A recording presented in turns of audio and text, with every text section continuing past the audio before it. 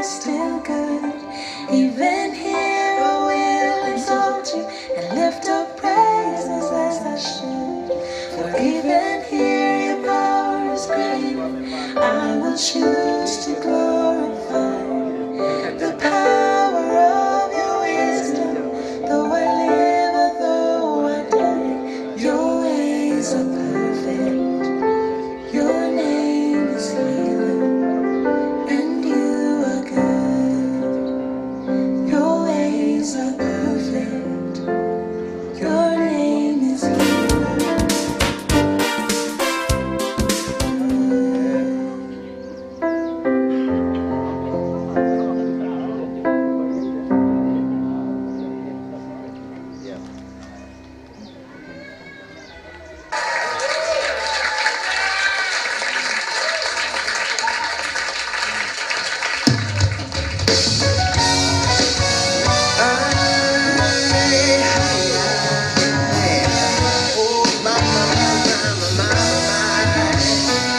Your love is higher than the mountaintops.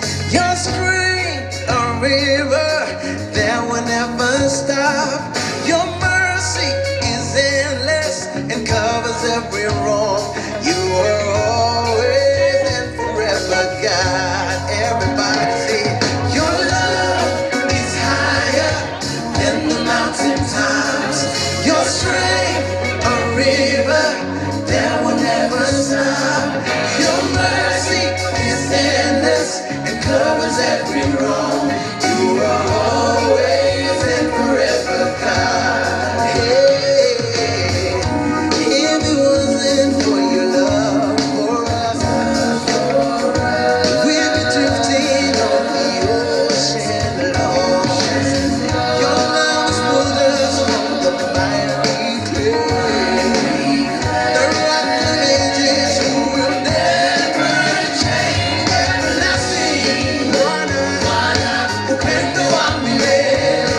Everlasting Baba, neema ya milele. Everlasting Yesu, neema ya milele. Everlasting, milele na milele. Let's go!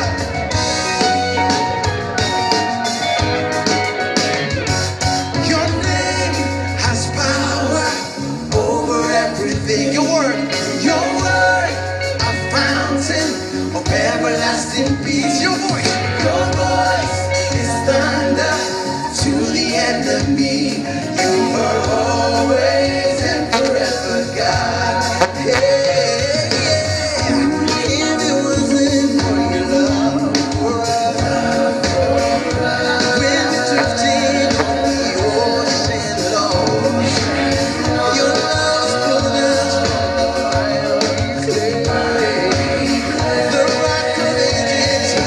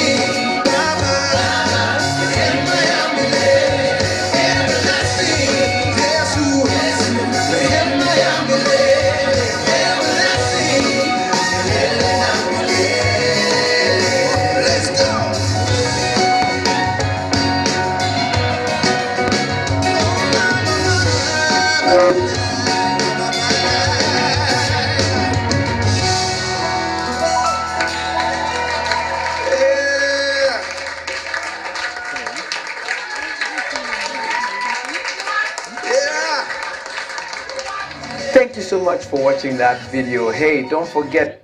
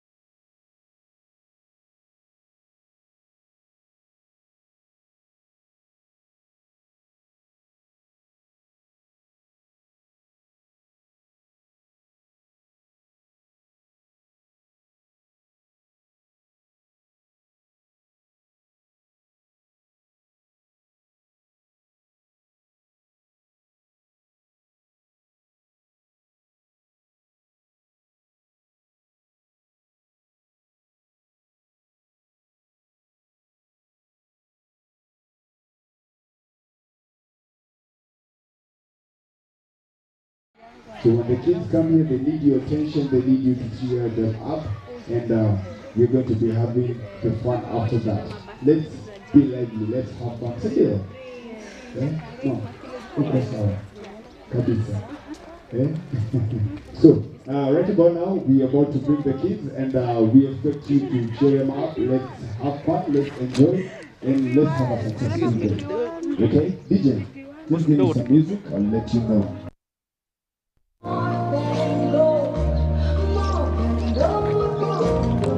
Well, just come in and get a space to settle down as we start our program of the day.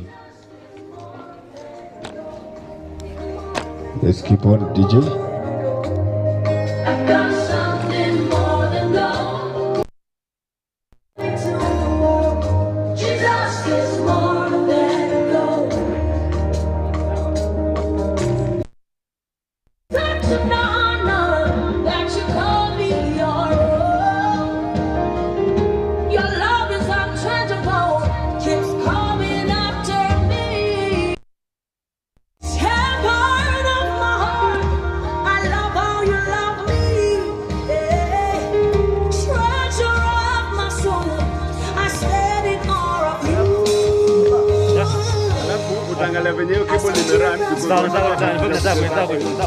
My soul longs for you forever and ever, yes.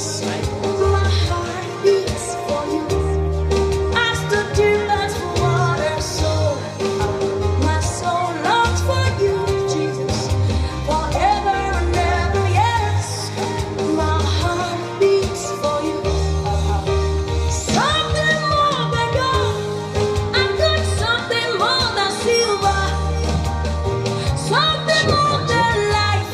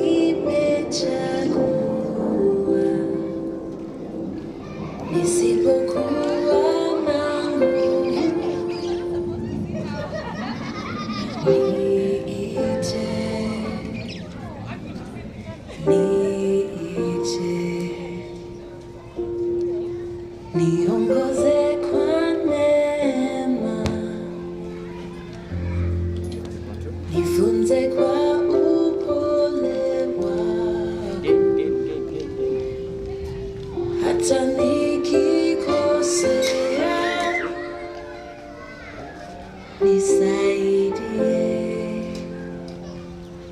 nisaidie,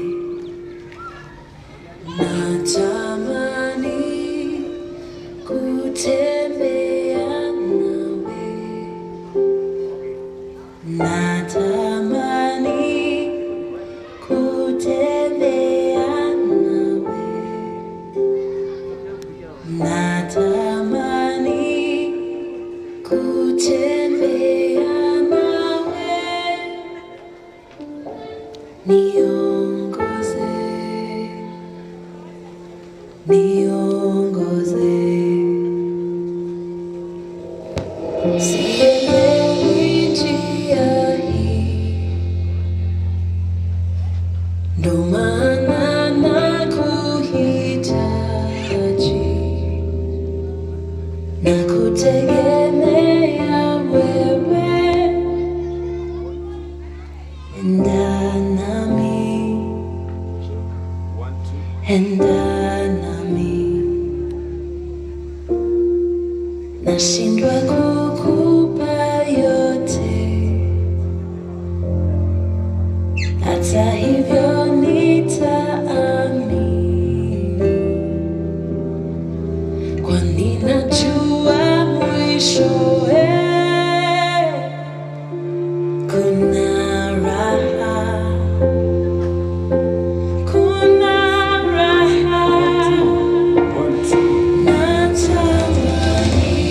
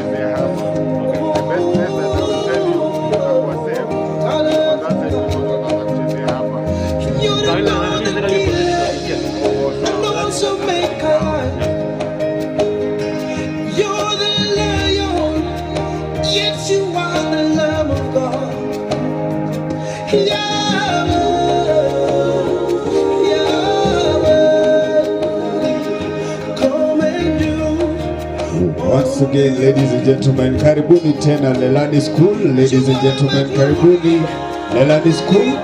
In a short while, we'll be coming with the kids. Tutakuja. Now we expecting you as our parents and our families are ready for us with cheers and much more fun. Ladies and gentlemen, we have amazing graduates looking amazing. These graduates just want to see smiley faces all through. Ladies and gentlemen, we Lelani School are ready to entertain you. We are ready to entice you with some great moves and amazing fun. Ladies and gentlemen, just be ready. When we get there, we are expecting your cheers and much more. DJ? Not yet.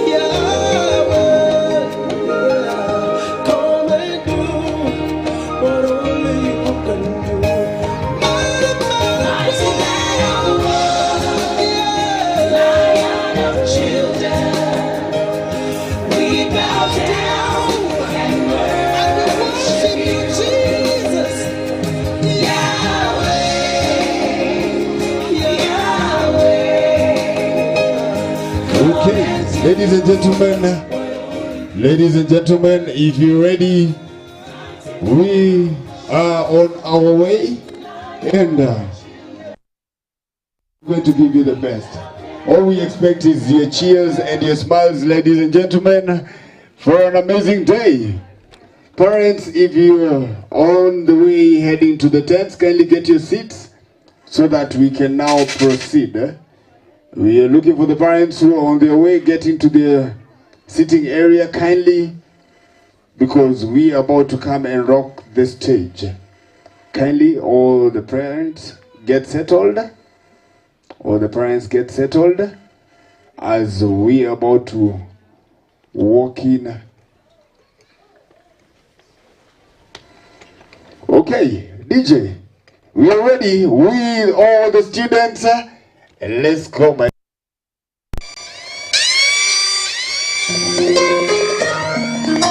watoto, follow me.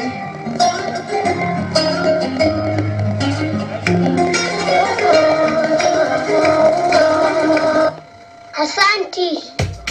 God bless Noel. Come on, with the dancing step. As you can see, parents, if you're ready, you need to cheer this. Let's go. Kula neno, kula neno. Kula neno, kula neno. Kula neno, kula neno. Want to dance like me? KDF. Kula neno, kula neno. Kula neno, kula neno. Kula neno, kula neno, kula neno. Haya, let's do this. Uko na njaa, unatafuta dishi ya kushiba. Kuna Okay, follow me. fulani KDF. Kuja, follow me.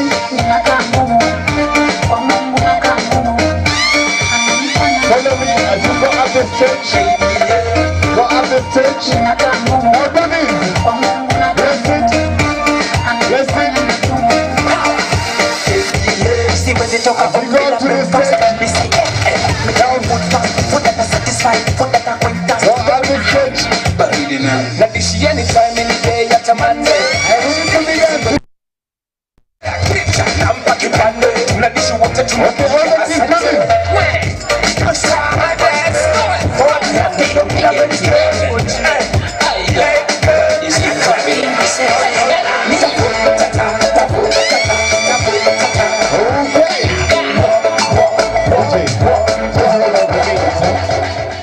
Watoto wangu we, watoto wangu we, mnaniona? Kama unaniona inua mkono.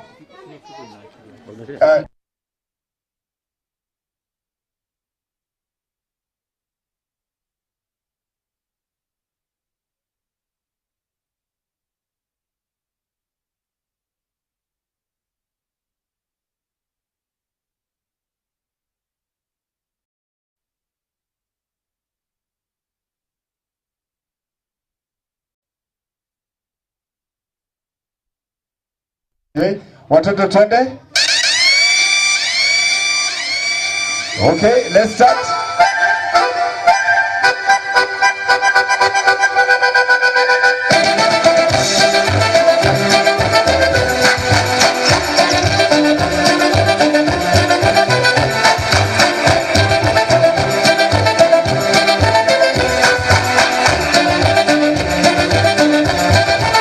Okay, this is the fun way.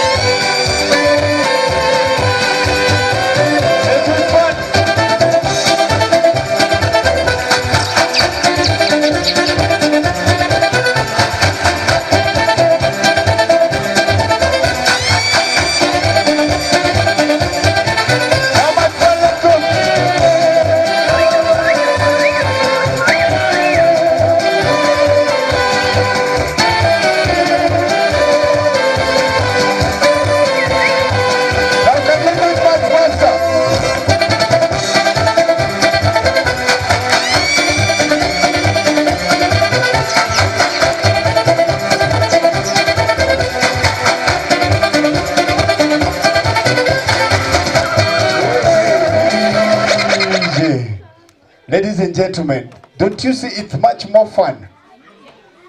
I would like to hear your feedback. How do you think about it? It's amazing, right? It's amazing, right? Before we do everything else, ladies and gentlemen, I'm going to request that we can do that dance once with each and every one of you. Is that okay? For the kids, kindly just stand up. Ladies and gentlemen.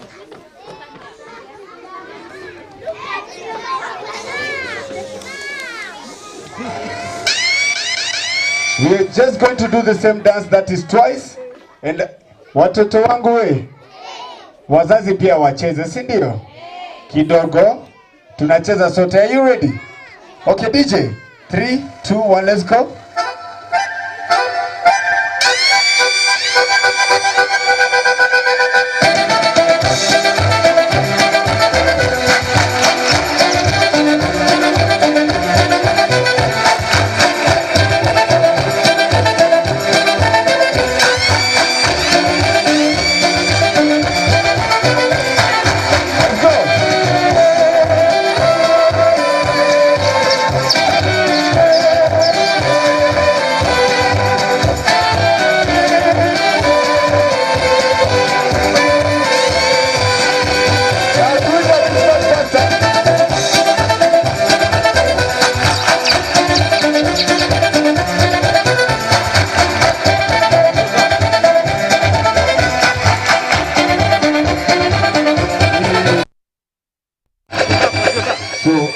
Parents, thank you for standing up. Kindly remain standing up for the national anthem. Kindly. Hello, students. How are you? So, are you ready for the national anthem? Kindly attention. Stand attention for the national anthem. Each and everybody.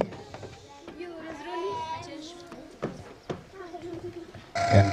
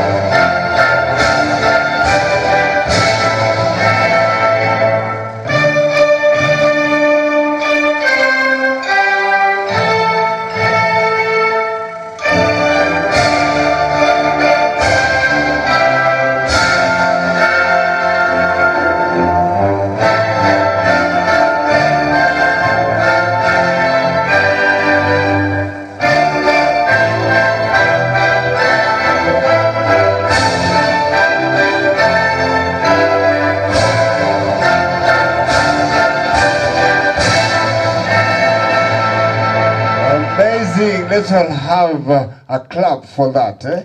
Tupigeni makofi tafadhali. So right now we are going to have an opening prayer. Kindly.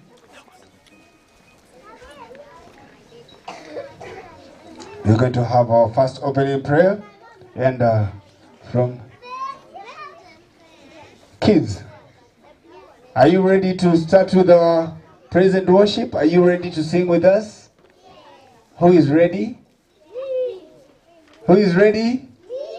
Okay, led by our teacher, kindly. We're going to have our praise and worship.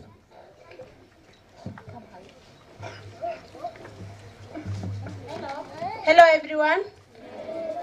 Are you ready to praise God? Yes. Okay, clap your hands everyone and you sing loudly. Okay? Ebenezer, Ebenezer, Ebenezer, what a wonder you are. I love you so, so much. Ebenezer, Ebenezer, what a wonder you are. Ebenezer, Ebenezer, Ebenezer, what a wonder you are. I love you so, so much. Ebenezer, Ebenezer, what a wonder you are. Oshe, Oshe, oh, Oshe, oh, Oshe, bam, bam, bam. Oshe, Oshe, oh, Oshe, oh, Oshe. That's why I praise you in the morning. That's why I praise you in the noontime. That's why I praise you in the evening. That's why I praise you all the time. Wow, so merciful, so merciful, so merciful. You are so merciful, so merciful all the time. That's why I praise you in the morning. That's why I praise you in the noontime. That's why I praise you in the evening. That's why I praise you all the time.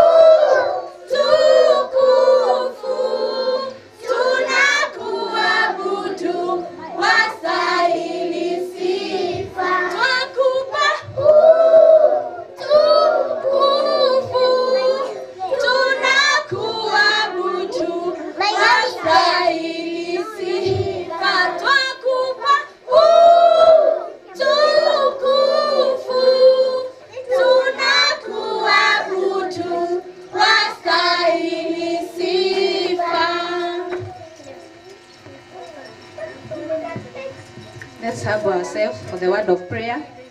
God, we thank you. We bless your holy name for this wonderful morning that you have granted unto us, Jehovah. We know it has really taken your mighty hand for us to see this day. We worship you, Lord Jesus. We bless your name, dear Father, because there is no other God like you. Thank you for your mercies, dear Lord. For the Bible says that your mercies are new each and every morning. We thank you for your mercy this morning, dear God, that you have granted unto us, Lelani, Jehovah God. Thank you for the fact that you have taken us, O Redeemer. It has taken your mighty hand for us to see this, the end of this academic year, Jehovah Lord. We thank you, we bless your holy name, dear Father. What we ask this morning, dear God, is for your presence to be with us, Jehovah Redeemer. The Bible says that your presence give us joys, O Lord. In your presence there is fullness of joy. We worship you, Jehovah Redeemer, because we know that you are going to start with us, Jehovah Lord, and to end together with us, King of glory. We thank you and we bless your name, Jehovah. In Jesus' name we pray and give thanks. Amen.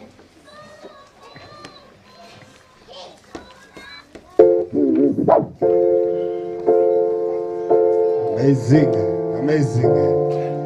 Ladies and gentlemen, kids, can we? Are we ready? Now let's do it slowly and slowly as we sing this. DJ.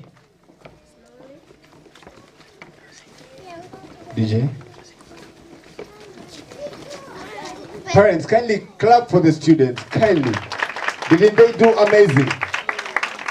They did amazing, right? Okay, as we go, kindly.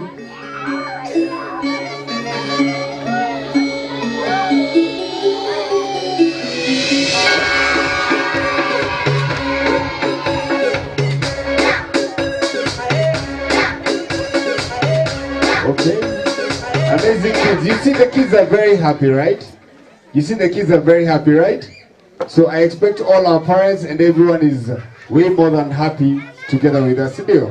So, ladies and gentlemen, as we continue with this, I would like to welcome one of our guests, that is Madam Lucy, for our opening remarks. Kindly, let's appreciate her. Mpigeni makofi tafadhali. Be ready. Madam Lucy, in Lelani we have fun. As you have seen, our kids were having amazing fun.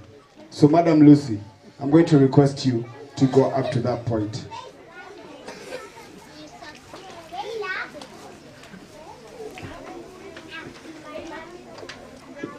So you're ready?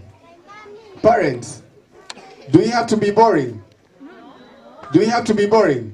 We have to make it a bit more fun, right? So if I request our first speaker of the day, that is giving us our remarks, to dance for us. Am I doing wrong? I am not doing wrong, right? Sindio? Oh yeah. Uko ready? Uko tayari? DJ God. Nieke mziki kidogo. Let's see her coming in. Coming in style. Let's appreciate her tafadhali. Pigeni makofi tafadhali. Oh yeah. Oh baby.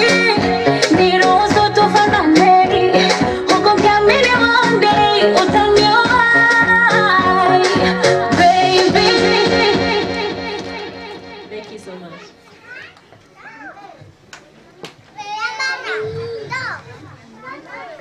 Hello. Hi. Hi. Okay. Our director, Madam Beatrice. Teachers. Parents. Children. Good morning. Can everybody see me? I think I can't see everybody, so let me come down here so that I can be able to see each one of you. So my name is Lucy Kulia. You can also call me Madam Lucy. I'm a teacher by profession. Yes. I'm a teacher by profession. I deal with children. And I spend most of my times with children. And that is my passion. So I'm not a visitor here. those who came here the first week when we opened this school, we met with them. So I don't think I'm that familiar to most of you. If you have ever seen me, ama to meet, just wave me. Wave me. Kama ulinipata kwa ofisi the first day, the first week, we opened this school. Only very few parents. Maybe you cannot remember, but for me, I can remember most of you. I can remember most of the faces that I met. So I'm here to welcome you to Lelani School and to our PP2 graduation year 2022. So feel much welcome. It is our honor to have this graduation. We are honored and we thank God for this far. We started not knowing how many of you will join us. So we are very much happy this day and we thank you because you trusted us with your children. You have the trust with us and that's why we are able to reach this far. I would wish to tell you to continue being our ambassadors out there. We want next time to have all of you as graduates. Tataka nyinyi wote hii side ikue hao wote ni graduates. Si ndio? Is it a good school? Is it a good school? We know and we trust God that the services that you are giving your children are the best. So feel much welcome. I know I alone I can smile but I cannot laugh. Nikianza kucheka mtaniita mwenda. But today we can laugh because we are many. We have come here to enjoy and to celebrate graduates. You can see the way they are colorful. So that graduation, that gown. Anybody who wears that gown, akisimama tu hivi, unaona somebody who is intelligent. Sindio? Sindio? So here we have very intelligent people that we are celebrating today. So let us celebrate them with a lot of joy so that they can also feel it. And I know they will never forget this day. So our geography here, if you walk along the school corridors, at the end, we have the gents and we have the ladies. So feel much, much welcome to Lelani School. Thank you so much. Amazing, amazing. So, as you can see, that is a consulting head teacher. Yeah, she's a CBC trainer. Ukimwona hivyo si kidogo, si ndio? Ukimwona hivyo huyo si kidogo. There's something I have to tell you about her. Madam Lucy has been with this school even before it started. She has been there. Since the school started, she knows each and everything and how the school runs. Isn't she amazing? Kwa hivyo, anything that she has told you and anything she's going to tell you, just know, she knows. She knows what is happening in this school and she's the person we go to. Whenever we need assistance, we always go to. She's an amazing woman and let's appreciate her again. Asanteni sana. So, parents, when you were leaving home and going to work, kuna mtoto alikuwa amezaliwa, si ndio? Mnatoka, mnaenda kazini. Na mtoto ni mdogo, mtoto hajui kutumia poti. Mtoto ni mdogo, pengine hajui kujilisha. Endelea kulana. Then you trusted our institution, that is Lelani School, and you brought your kid to Lelani School. Today we'll be having amazing graduates, but we still have where they began. Where did they begin? They began in playgroup. Si ndio? Munaona watoto wadogo. Unampeleka, you just put in your respect and you're like, huyu mtoto nitampeleka mahali where I feel safe. And I believe all the parents in this place can say, these kids have grown and they have learned a lot. Sindio? Sindio?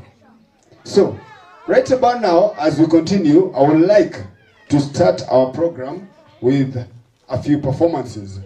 And on our first performance, if you are ready, ladies and gentlemen, these are our amazing kids. Kids who have done amazing in their classes.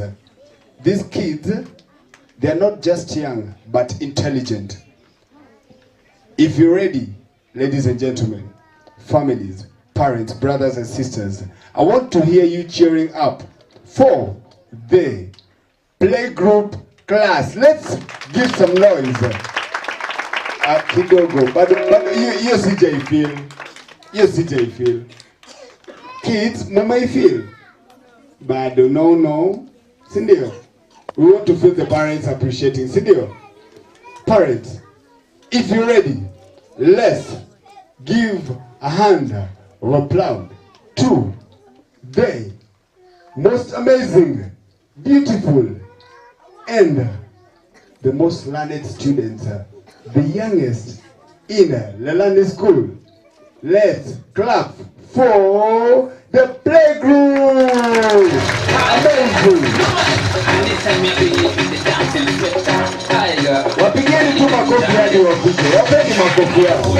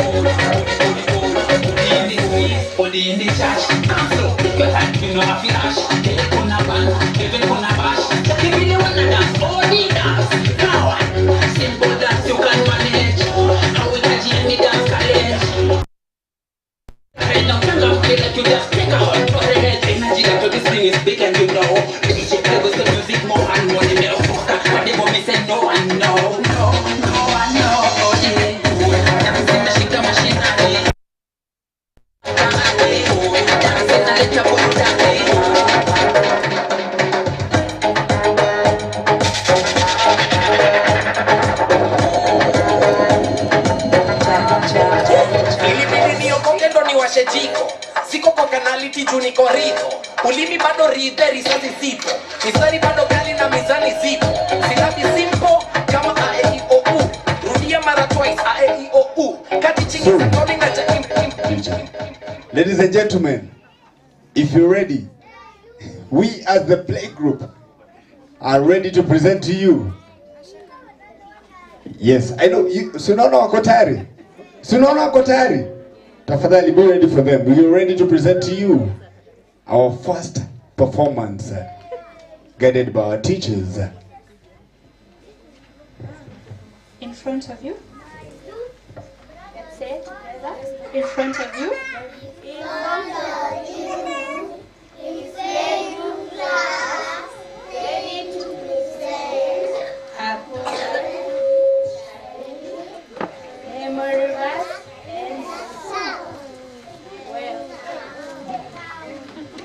I am special. I am special. I am me. I have 2 hands. My ears hear well. I like to see, close to smell, and how to talk.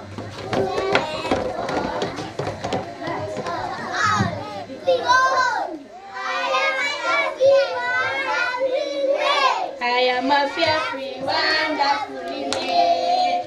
I am fearful, wonderfully made. That's why I stand up like a soldier, raise my hands up, I stand and I'm gonna sing a song and do like this. I am fearfully, wonderfully made. I am fearfully, wonderfully made. That's why I stand up like a soldier, raise my hands up, I stand and I'm gonna sing a song and do like this. I am fearfully, wonderfully made. I am fearfully, wonderfully made. That's why I stand up like a soldier, raise my hands up, I stand and I'm gonna sing a song, do like this. I am fearfully, wonderfully made. I am fearfully, wonderfully made. That's why I stand Africa, so that is my husband. I said I'm gonna sing a song and do like this. I am fearfully, wonderfully made. I am fearfully, wonderfully made. That's why I said Africa, so that is my. I said I'm gonna sing a song and do like oh. Hey, shana di shatos, hey, shana di shatos, and ears and eyes and mouth and nose. Hey, shana di shatos. These are my ritual acts. God gave me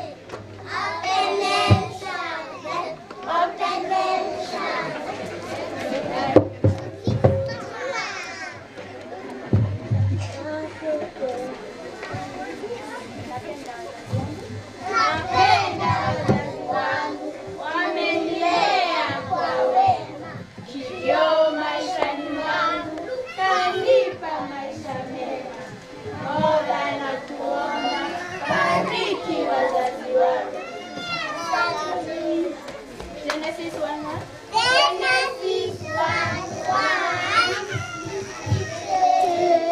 In the beginning, God created heaven and earth. Psalm 23:1. It says, "The Lord is my shepherd; I shall not want." James 4:10. James 4:10.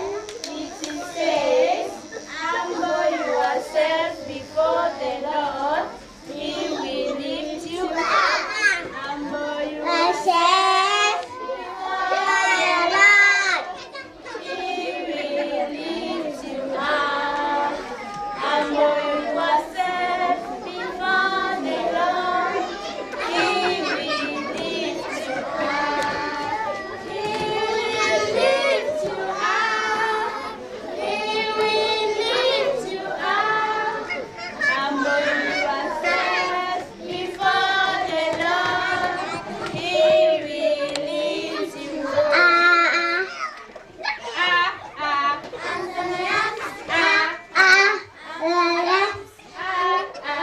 Answer my answer, 'cause in me around. Bring your box and bring your box. Bring your box and bring your box to the box. We are creaking castanets. We are creaking castanets. We are creaking castanets. Creaking castanets. We are creaking castanets. See me play.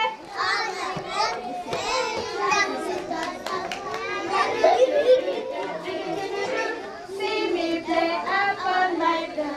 Eggs in the pan, eggs in the pan, eggs in the pan, wrapping eggs like this.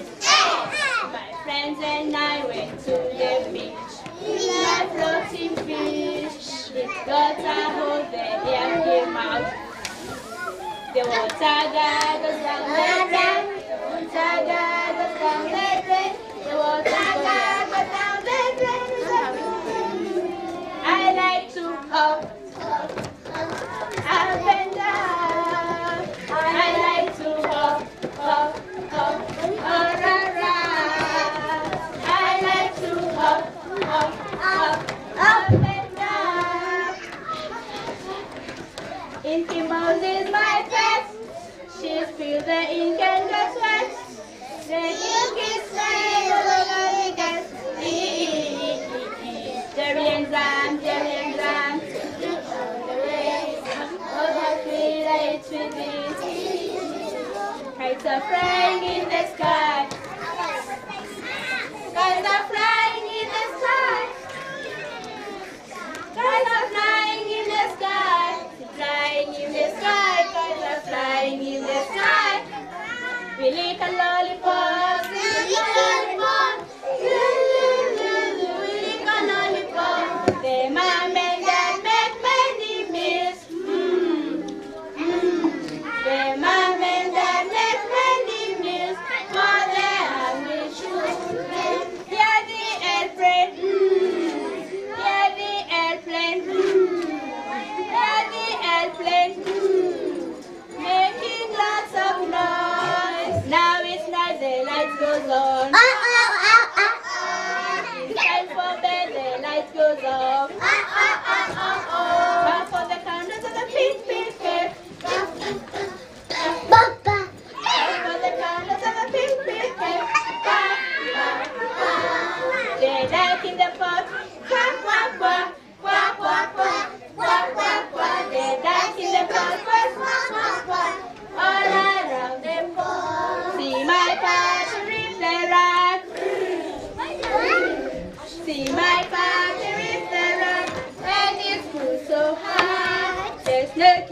in the grass. The snake is in the grass. The snake is in the grass. When I was the tennis game. When I was the tennis game, my head was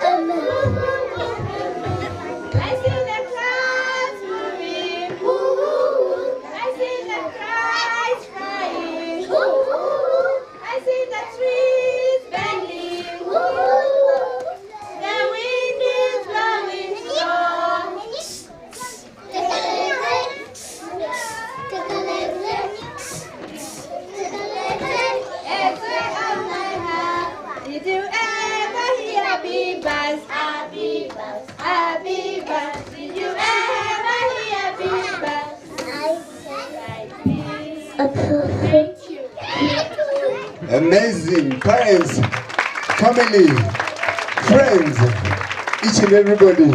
Let's appreciate the kids as they go. Wapigeni makofi tafadhali.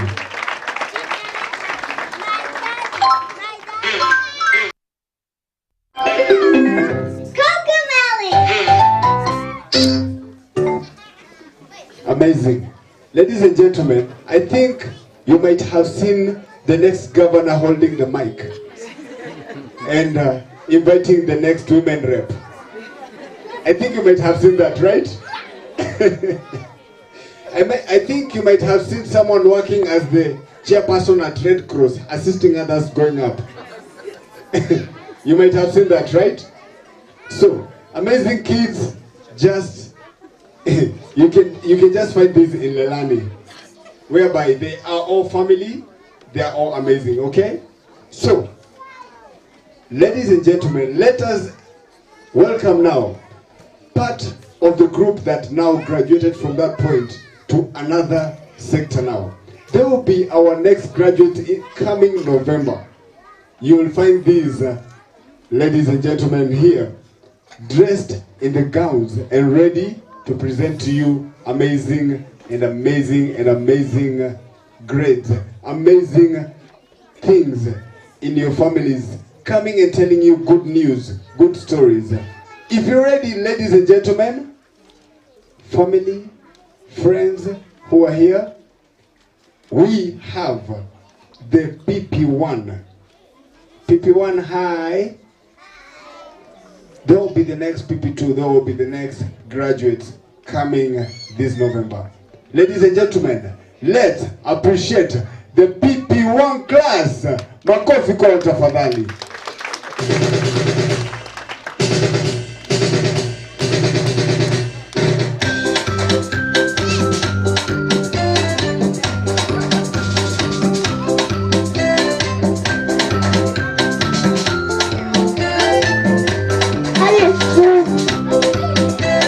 Parents, listen to your children. We are the future generation. If you are silver and gold,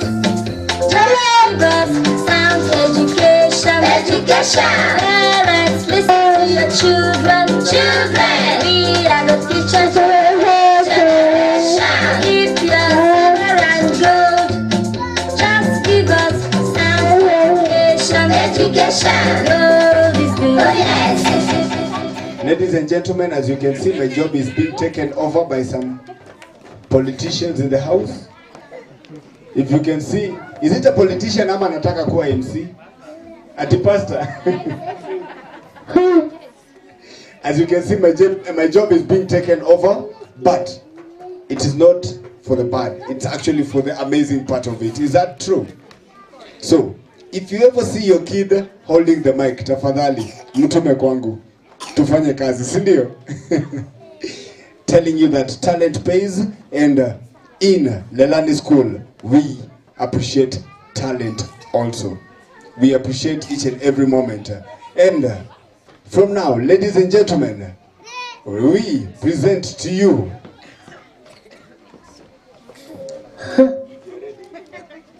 we present to you our first presentation by the PP1 class. Let's appreciate them as they start.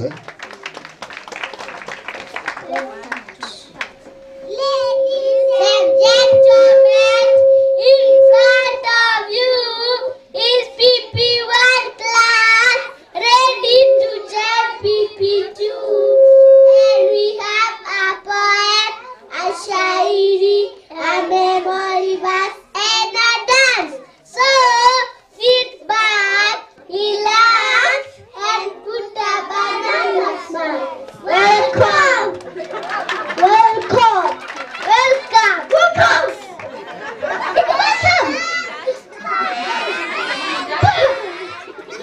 Mom and Dad, you brought me this world. And Mom, you carried me through. I salute you, Mom and Dad. Okay, let's start.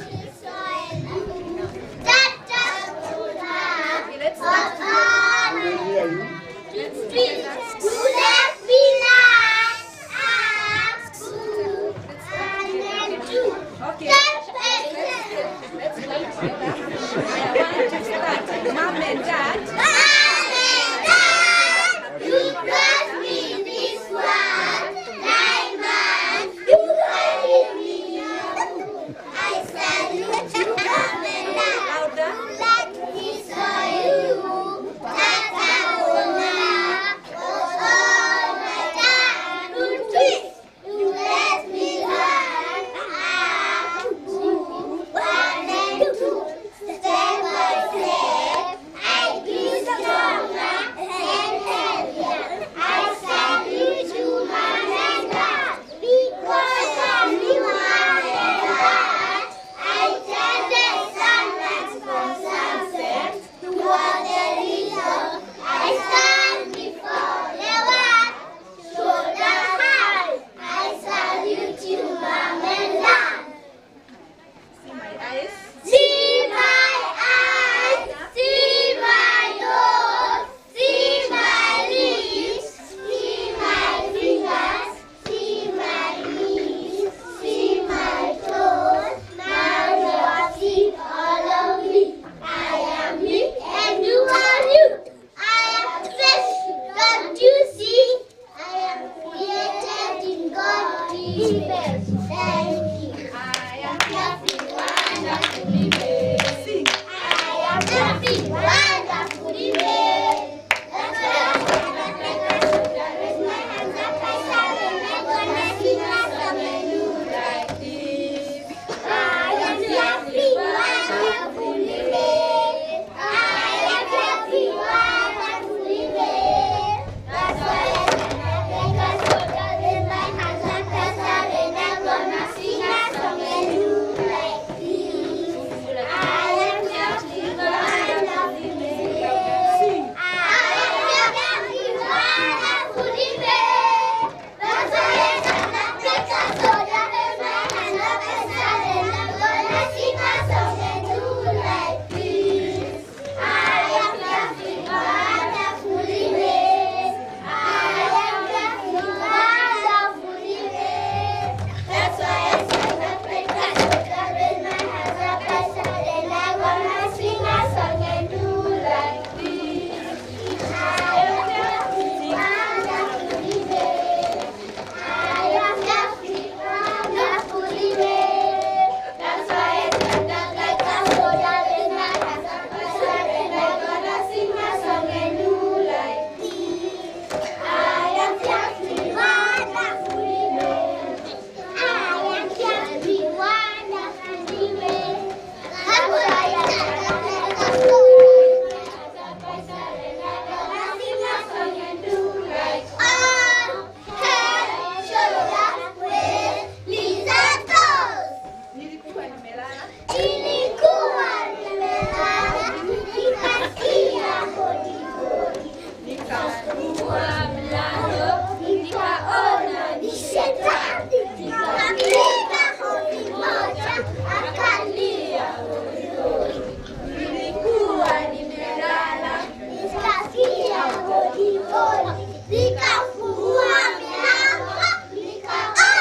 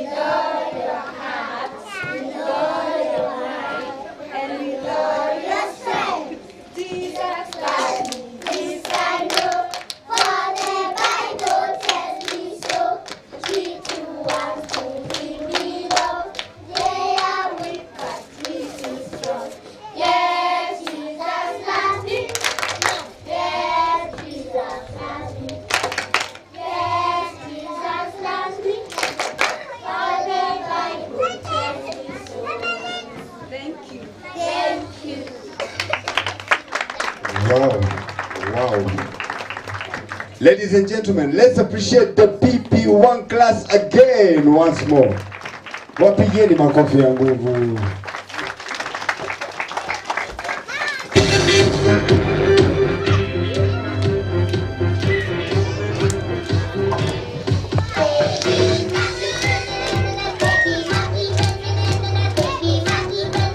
Okay.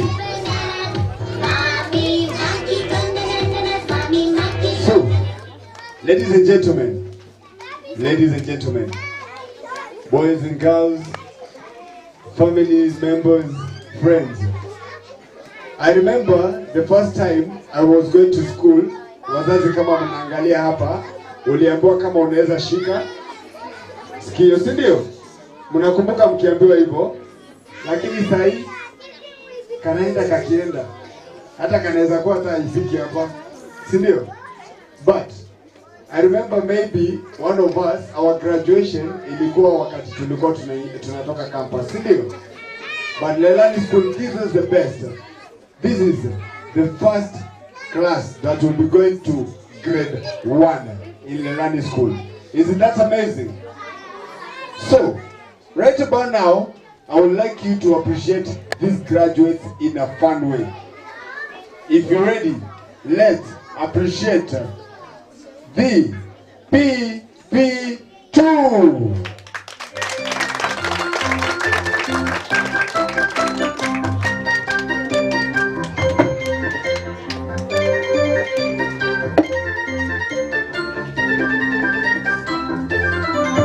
If you're happy and you know it, clap your. If you're happy and you know it, clap your hands. If you're happy and you know it and you really want to show it. If you're happy and you know it, clap your hands. If you're happy and you know it, clap your hands. If you're happy and you know it, clap your hands. If you're happy and you know it and you really want to show it. If you're happy and you know it, clap your hands. If you're happy and you know it, stomp your feet. If you're happy and you know it, stomp your feet. If you're happy and you know it and you really want to show it. If you're happy and you know it, stomp your feet. If you're happy and you know it, stomp your feet. If you're happy and you know it, stomp your feet. If you're happy and you know it and you really want to show it. If you're happy and you know it, stomp your feet. If you're happy and you know it, shout hooray. If you're happy and you know it, shout hooray. If you're happy and you know it and you really want to show it. If you're happy and you know it, shout hooray. Amazing. Ladies and gentlemen, as you can see, they are very attentive, right? So, ladies and gentlemen, if you're ready, we are ready to present to you with the most amazing performances with PP2 class. Are you ready, PP2? Yes. If you're ready, we are ready for you. You can start. In front of you is PP2 class, ready to present poems, shairi, and Bible verses. Sit down, relax, and enjoy. Welcome. Announcement. Mom and Dad, I am ready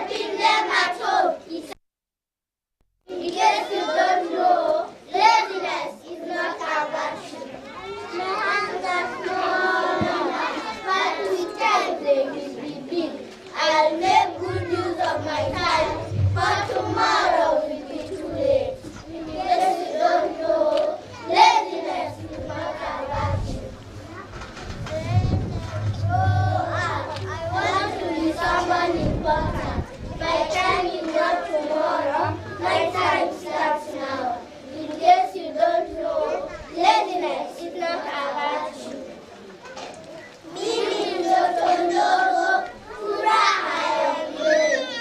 Watu wakiniona, natamani afya yangu. Je, unanionaje? Dunia ni kubwa na mimi ni mdogo.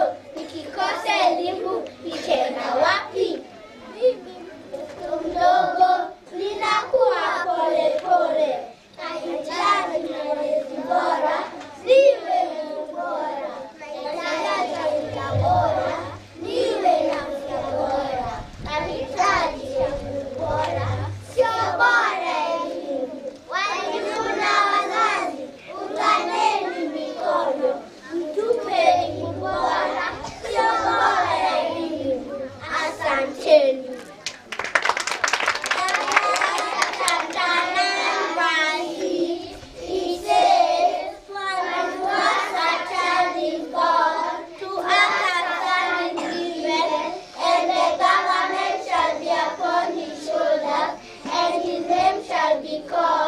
Wonderful Counselor, mighty God, everlasting Father, Prince of Peace.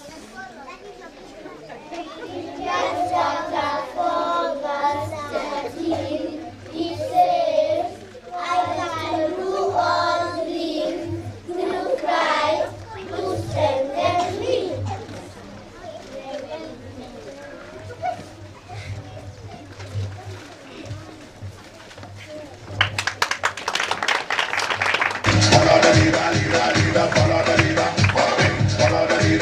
Wow. Amazing. Again, parents and families, kindly let's appreciate them.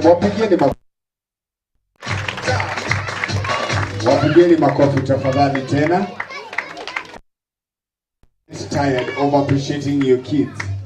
Don't ever get tired of doing what? Kwa sababu hawa watoto bila nyinyi hakuna kitu wanaweza fa, na bila shule hakuna kitu wanaweza fa. Yes. So, ladies and gentlemen, I was told by this school that huku kuna watoto na nikaambiwa tunaweza kufanya utoto. Si ndio? Madam Lucy, uko tayari kufanya utoto? Kabisa, come here. Madam Lucy, kuja tufanye utoto, si ndio? Let me tell you, ladies and gentlemen, if you walk out of his place without being childish, that means you are not here to have fun. Sindio? Okay, I want to look for Madam Lucy. Just point anywhere. I need one parent. Yes, just point. Ati wanainama. Look at me. If you're happy and you know, clap your hands. Oh, so you're listening. Huyo, anakuja, kuja tu. Ni huyo. Alafu vile wamekaa hivyo wanadhania tutafanya utoto peke yetu. Kai.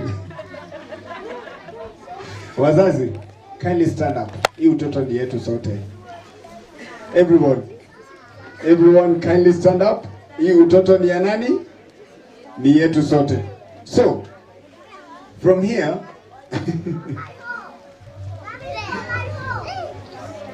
kama kuna mzazi amekaa nako karibu na yeye, mwambie simama. Okay, so come to this side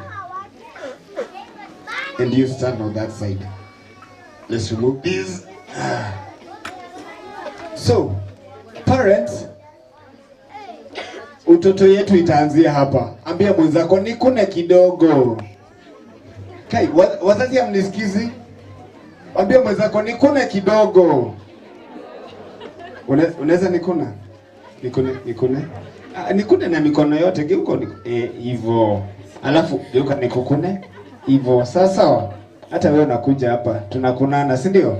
So, make sure there's someone who's closer to you akukune kidogo. Sawa. Haya, let's turn to this side, tuwakune kidogo. Turn to this side. Kuna mwenye ako mbele yako? Kuna mmoja ananikuna na mkono moja. Unanikuna na yote. Haya, let's turn to the other side. Kuna mwenzako? Okay, put your hands here. DJ, 3, 2, 1, twende. Do this.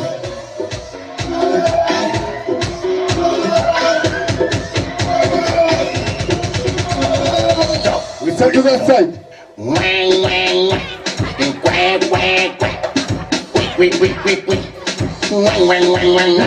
DJ, hold up. Ladies and gentlemen, now we want to do it in a more fun way, sindio? Sasa nataka we get fun with it, sindio? If you're ready, mwambie mwenzako sasa vizuri. Umejua ni venye anakuna, sindio? Mwambie nikune kidogo. Haya DJ, haya twende sasa now with more energy. Let's dance.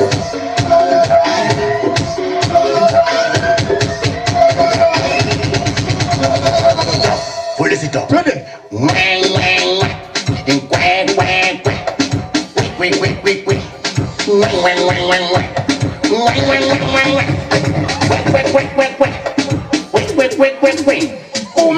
Pull this it up. Twende.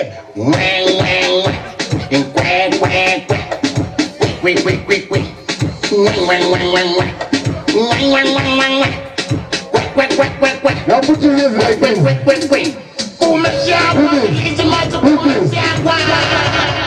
Are you ready? Wake up for two. Wake up two. Wake up two. Make sure you have a partner. Make sure you have a partner. Let's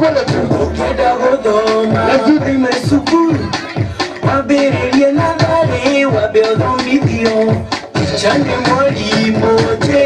now, you look at your partner. Look at your partner and then you do this.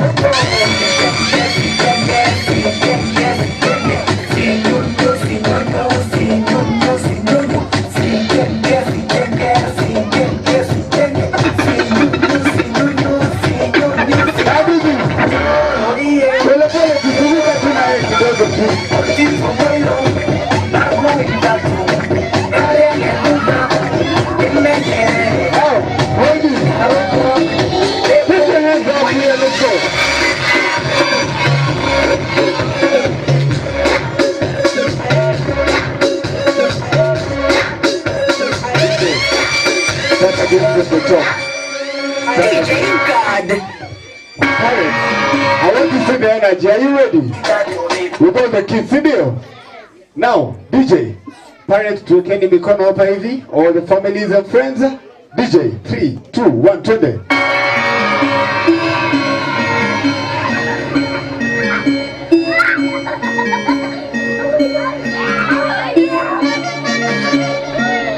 Now I want you to add some more energy. Let's go.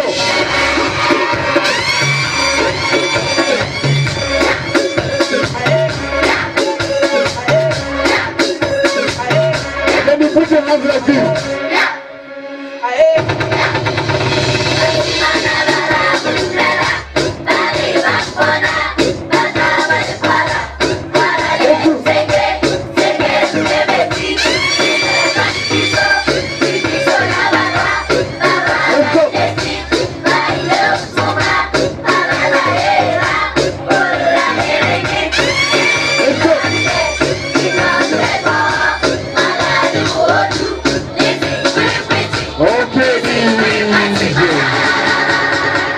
Parents, leo ni siku ya utoto. Jipigieni makofi kwa utoto wenu. Okay. So, ladies and gentlemen, you can have your seats. You can have your seats. Okay. So, parents, do you remember the first day that you decided to take your kid to school? What came in your mind? What did you think about? Kuna vitu kadhaa ulifikiria before peleke mtoto shule. You thought about quality? That is one thing. You thought about where can my kid be safe? And where can my kid be taught well? And where can my kid come back home and tell me, Daddy, Mommy, I know this, I know this. You remember at our times, ulikuwa unaambiwa enda ufanye geography. Unashindwa hii ni nini? Sindio? But right now, even without being explained much more, we have that moment where you take your child into a school where they give the kid each and everything. That is if it's talent. Ulikuwa unacheza mpira unaambiwa wewe rudi nyumbani. At times that is what might have happened to us. But here they are told, play, have fun, enjoy, do whatever possible so that a kid can come in future and know that even talent and education pays our bills. Sindio? So, ladies and gentlemen, I would like to welcome one of our amazing parents in this place. This was among the top 10 parents who brought their kids in this school. Sindio? Ati unasema unajua ni nani? So, these parents love our school and they have been here and they always support our school. Right now, let's put our hands together for Job Munywa. Begini makofi tafadhali.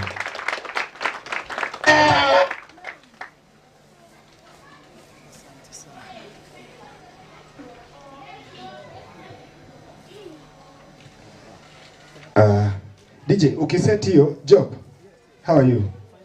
Wewe ni baba ya mtoto hapa shule. Watu wameshinda wakifanya utoto hapa shule. Na unakuja hapa kama umesimama tu. DJ guy, hana wimbo. Enda kuja. Come here. Kuja tu. DJ, wewe ndio hauna wimbo? Are you ready, parents, to be entertained? Let's go, DJ. Le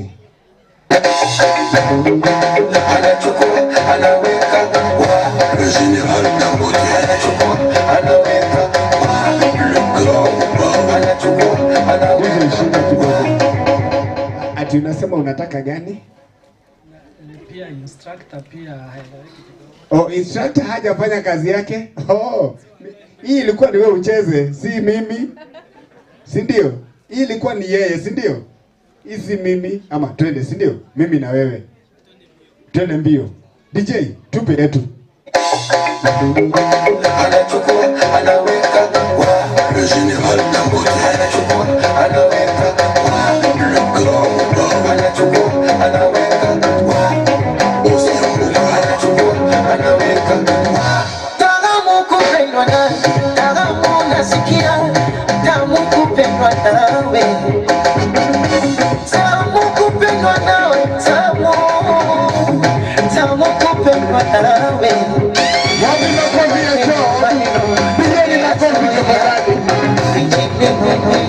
Amazing. Ladies and gentlemen, this is Job Munywa.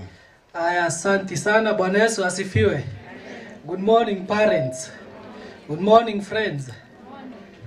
Ya, ningependa tupige makofi kwa sasa. Alafu nitawaambia makofi ni ya nini. Bwana Yesu asifiwe. 1 2 go. Asante sana. Hiyo imetosha. Ndio just in case kitu nitasema haita warrant makofi, mimi nitakuwa nishakula makofi yangu in advance.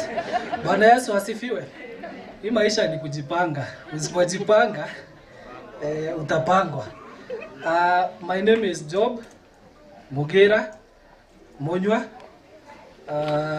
Mimi ni mzazi wa mtoto anaitwa Nicole Pihu Kawira Mugira ko PP1.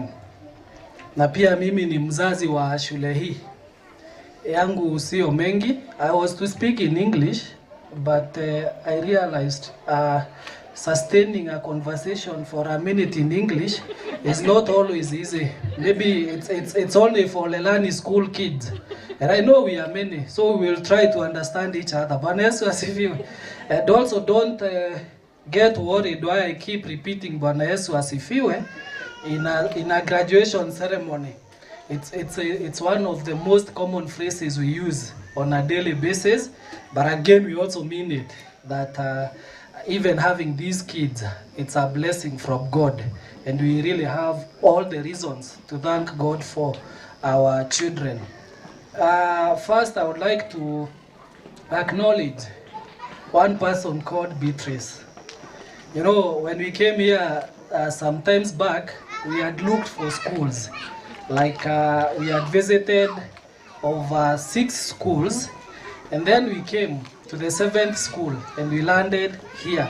We had carried our checklist. Being first-time parents, or our kid being the firstborn, we had a checklist of what we had gathered from our friends when we are going to look for a school for our kid.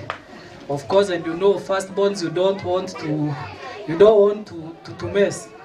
Saizi at least we know the secondborn will follow the firstborn, but for the firstborn we had to ask so many places.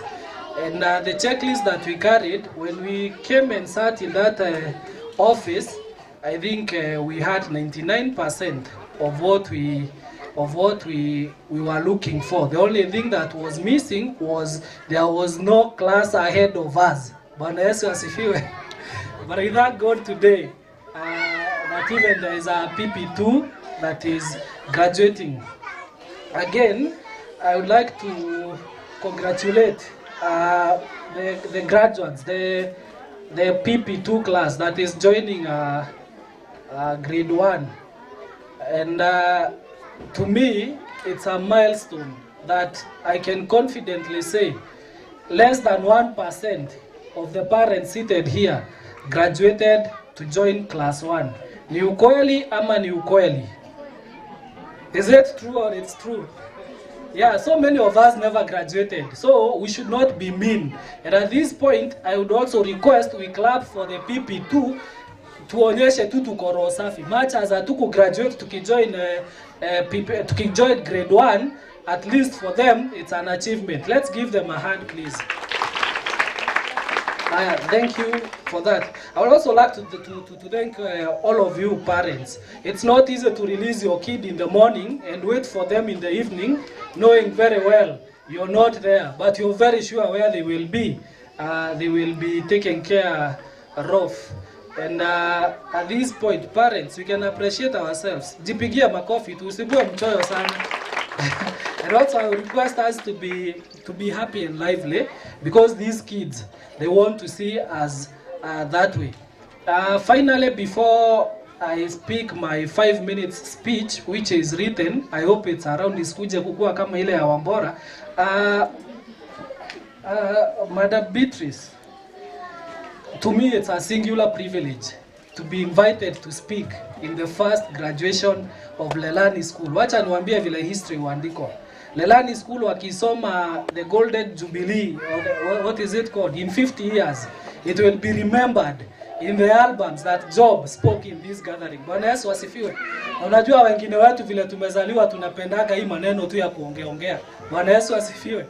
Yeah, so to me it's a privilege, and I really appreciate being among the people addressing this gathering today. I was asked to touch something on importance of education, and also touch something on being a present parent.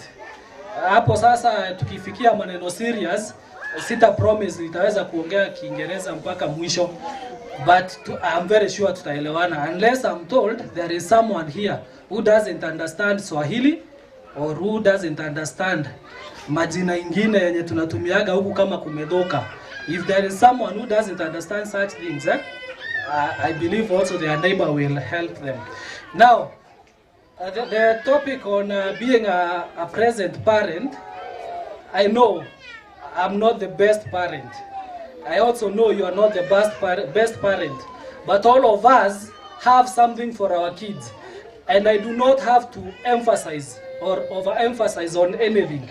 Wakati tunazungumza mambo ya kukua mzazi aliye hapo ama aliye pale, tunazungumzia the quality time you spend with your children.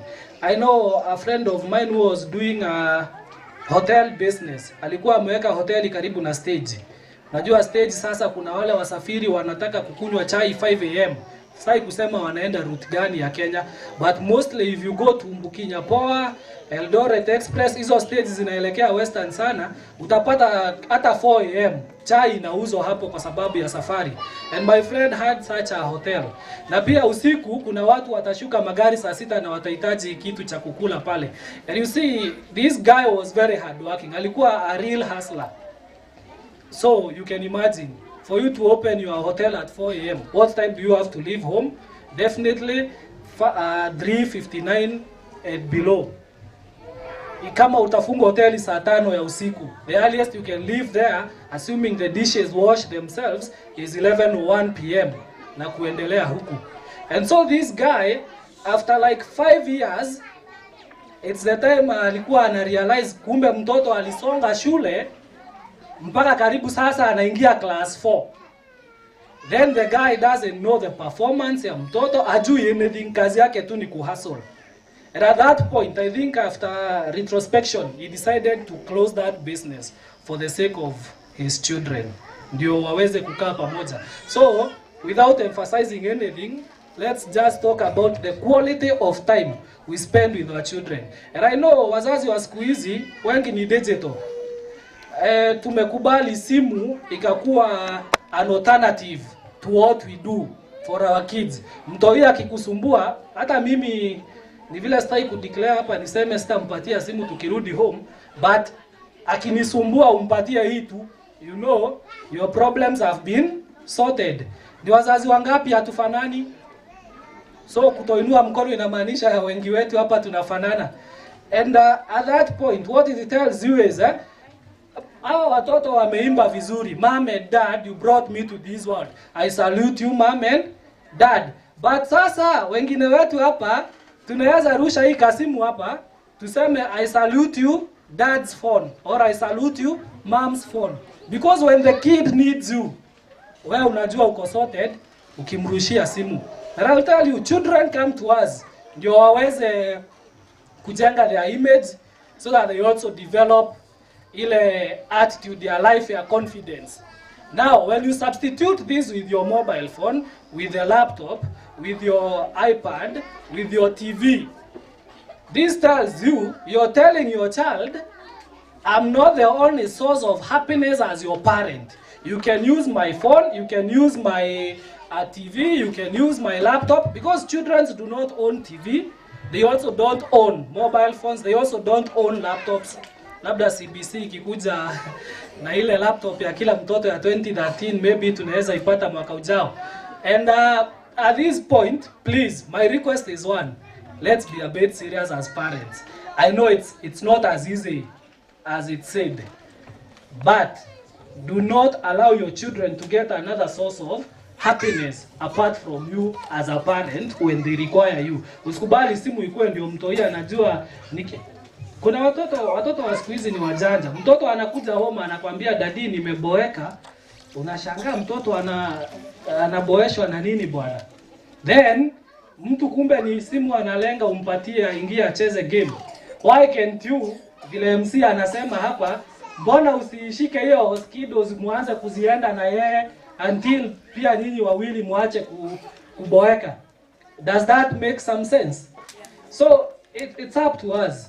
And if we want to have our children, kuna the genetics bit. Maybe you're very sharp. Maybe you're the best engineer we have around. You're the best lawyer we have around. You're the best police officer we have around. Genetically, your kid may pick those. But ukiamka asubuhi anaonaga ukivaa aje. Kama wewe ni polisi, huyu mtoi akipita kwa barabara anaonaga ukiwa aje. Do you shout at people mkiwa na yeye? Because police officers mara nyingi sauti yao ikuagi chini. So you have to be there, and 99% chance your kid will behave like you. I'll tell you for free, I used to be tough on a little kid seated here, but with time I realized huyu mtu ana behave kama babake sana. Then nikajiuliza kama nafikiria kuokota nyaunyo juu anajua mahali tunaiwekaga. Can I also call my mother aokote hiyo nyaunyo nikimgonga moja aniweke moja? Because the person is behaving like me. So, my friends, we have to be keen and we have to spend quality time with our children. There's a great researcher on children's psychology who is called Jane Hartmaker. And she says, being here today is a gift. There will be no graduation in itaholdiwa Lelani school 1st of March until Jesus comes. And even when he comes or after he comes, I don't think we will have this day again. So for you being here, you are here for your kid. And she says, it's a gift to be here today with your kid. And there is no better place, I'll tell you, you could be today. So, at least mko hapa, mnaweza jipigia makofi kwa hilo pia. Unajua sauti ya makofi pia inasaidia kuamsha yule ambaye alikuwa ameenda off kidogo. That is that. I won't speak much on it again. Number 2, it's the importance of education. I know many of us brought their kids here, wakuja wasome. And then, so I looked at over 20 points that elaborate importance of education. But I summarized them into 3. Now, if your kid, if you acha hii maneno ya watoto tuachane nayo hii sasa. Even yourself, if your education does not enable you solve problems, you just went through school, you never got educated. Na nikikuwa mkali sana msishtuke, but I'm just telling you what I think makes some sense. There is no way I could have woken up in the morning nikuje hapa nipige kelele ambayo sina evidence kidogo, lakini niko na evidence ya kwamba if your education does not help you solve any problem, then you're not here. And one person that we should clap for today here because of her education is Madam Beatrice. Tumpigieni makofi niwaambie ni kwa nini. Her education, I believe there is something else she was doing, but she decided to solve a problem. I'm imagining where I live down there, kupata shule kama Lelani, ningeenda mbali sana. But she didn't know me, she didn't know you, lakini akaketi mahali akaona iko changamoto ya kujenga shule mahali fulani. Kwa hivyo I want to use my education, leave what I have been doing, or even continue doing what I am doing, but at the same point, solve a problem. She solved this problem. And that is what education is for. So wakati unaangalia mtoto wako, tafadhali acha kuangalia marks. Eti alipata Kiingereza 4 out of 4, eti akapata Kiswahili 4 out of 4. Can he solve anything? Can you as a parent use your education to solve anything? Number 2, on education, national development. Saa hizi hapa, najua mafuta ya kupika ni 260 shillings. Si ndio? Kila mtu anaenda pale Facebook, lower food prices. And one thing about Kenyans, who are we telling to lower food prices? Even people close to State House are saying lower food prices. People close to camp hii inaitwa Azimio are saying lower food prices. People close to camp inaitwa Kenya Kwanza are saying lower food prices. People close to One Kenya Alliance are saying lower food prices. Who are we telling to lower food prices? My urge would be, let's support the education of these kids. These are the people who will lower food prices. National development without education, na mmeona makosa ambayo tumefanya kama Wakenya, kuchagua, kupiga kura, kuweka kwa ofisi kubwa kubwa watu ambao hawana kisomo. And what happens? Mafuta inapanda bei, sukari inapanda bei. Now, we are seated here suffering, because I know we are suffering, na tuko wengi, nikizungumza hivyo, it's because our government has decided not to use education. They have top economists in this country. They have top doctors, food security experts, psychologists, but they are not using that.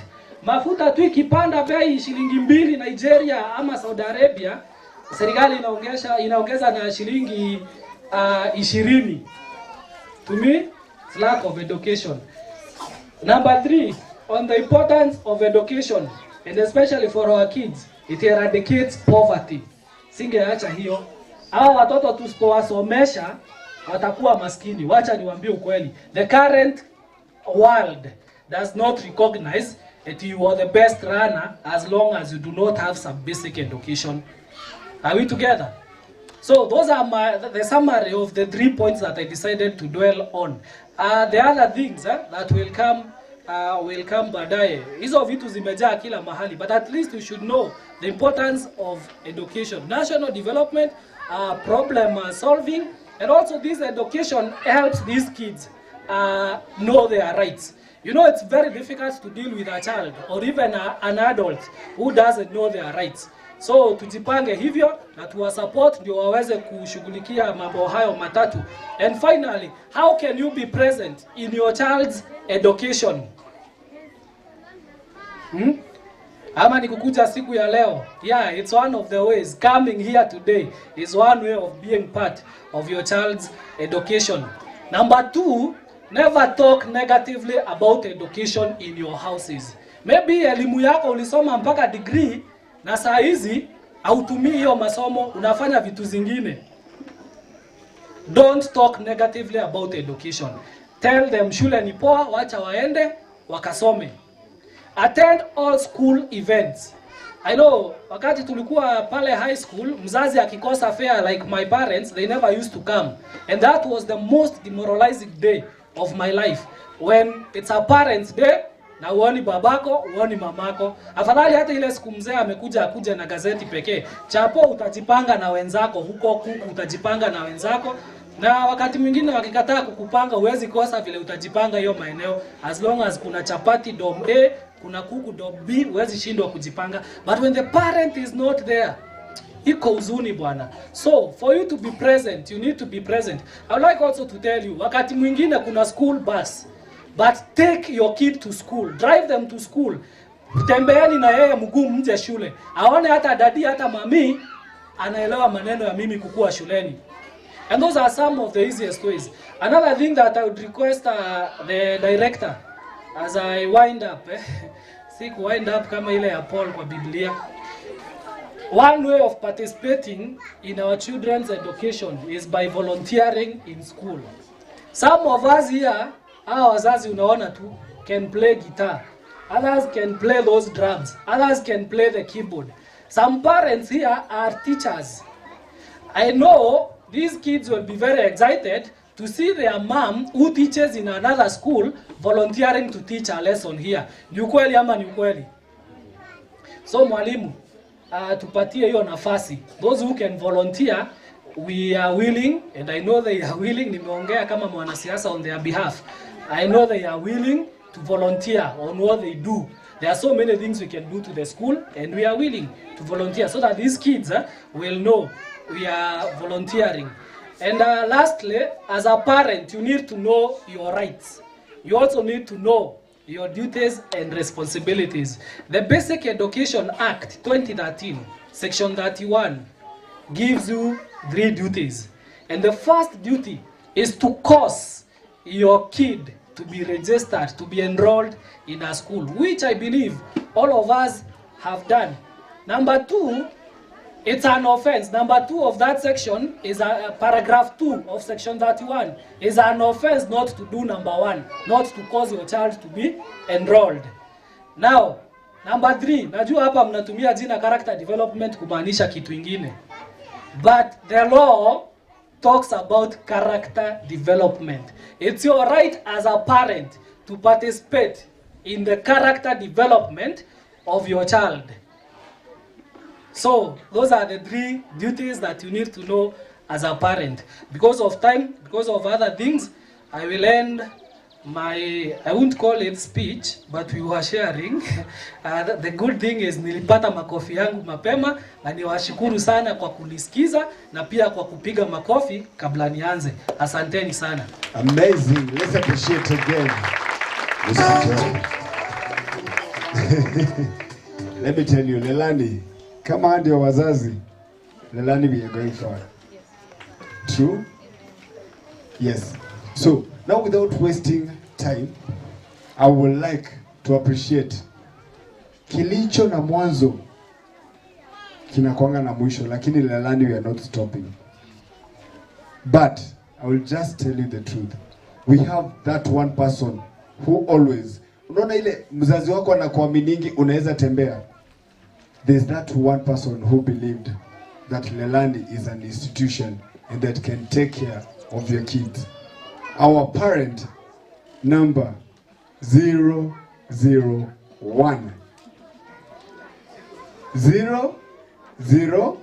001. Madam Agnes, are you here? Are you, it's you. Unajua naangalia huko naona, oh, huyo ni wako. Oh, pole. So, Madam Agnes McKenna, come in style. Let's appreciate Madam Agnes McKenna. Your truck. Come in style. Kutoka hapo tu. Utinimamisha ananambia chombeza tena nikizidisha ana. Habari ya asubuhi. Hi. Mama Jian. You okay? Mnasikia njaa hiyo okay? Okay. Should I call this Madam Beatrice? Or should you call Mama Jamal or Mama Betty? Because to me, you started as Mama Jamal, Mama Betty. I met Betty in 2017. We both, she's my neighbor. We both wanted to move around this place. She was building a home and we were building ours. And at some point we discussed, where will you take our kids to school? One day we had a date, we said we are going around and try and find a good school for our children. I remember I came, we left the Fundia, drove around, went up to Membley. We went to many places, Vikaround and such. Then around this place, and we found some very weird places around here actually. And we were like, okay, this place needs a school. Somebody should do something. There's something needs to be done. That time, maybe some of you don't know, Madam Betty was at some point she was in poultry. We used to buy chicken from her. She had some idea, but she started with poultry. And also she did pig farming. At some point she also did some breeding of dogs, isn't it? And we were complaining together, we need a good school in this area. So we were like, what needs to happen and such? And Betty had an idea, but her first idea was she wanted to do a talent thing for kids. Like a center where maybe school holidays, kids can come, nurture their talent and such. And then at some point we were having these discussions, we said, for the small kids, Thika Road, they're good schools, but they're quite far. The pickup time is 5:30, sometimes too early for 3-4-year-old kids. So at some point, we were with some friends, I think it was at that first.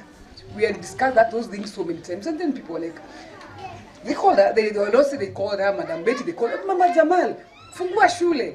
You have a big compound, we know whatever you do with the devotion, just start something, there's a need.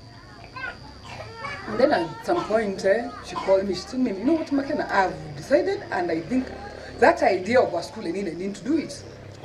And maybe people don't know her well, they don't know, she's extremely good at planning. Even when she was doing chicken, her chicken was not just chakula maji and such. There were even vaccinations, you could not even just enter there, you went to disinfect yourself and such things. So for me, I knew if Betty opened a school, it will be a good school because she's dedicated in everything she does. My son was 3 years old. I said, you know what, Betty? For your motivation, you have your first pupil. My son, I'm not looking for a school. You already have one. You have to now work hard and make sure he's not in your school alone. Because you need people to play with. So you have not to get a biashara. We were talking. I remember the person who came to design the school. So many things. You know, if I were to discuss all the things that we did, I'm now on the personal level. Most of you came and found a school, found we love this uniform. Those are things we used to chat. Sometimes I'd say, hii sweater inachafuka. Like, I remember, okay, I took part in choosing this sweater. I'm like, okay, they look good in it, and that's enough. The toilet, everything that we did, we consulted so much. And I remember at some point when Betty started, I say we, because anything that used to happen, if there was a parent who came, she used to call me at work, hey, kuna mzazi amekuja, and anakaa serious. And then one of the things Betty wanted, you see this number she has, she was like, if we get 10 kids, McKenna, we will be okay. We just need 10. And maybe some of you don't know, she had a very good job.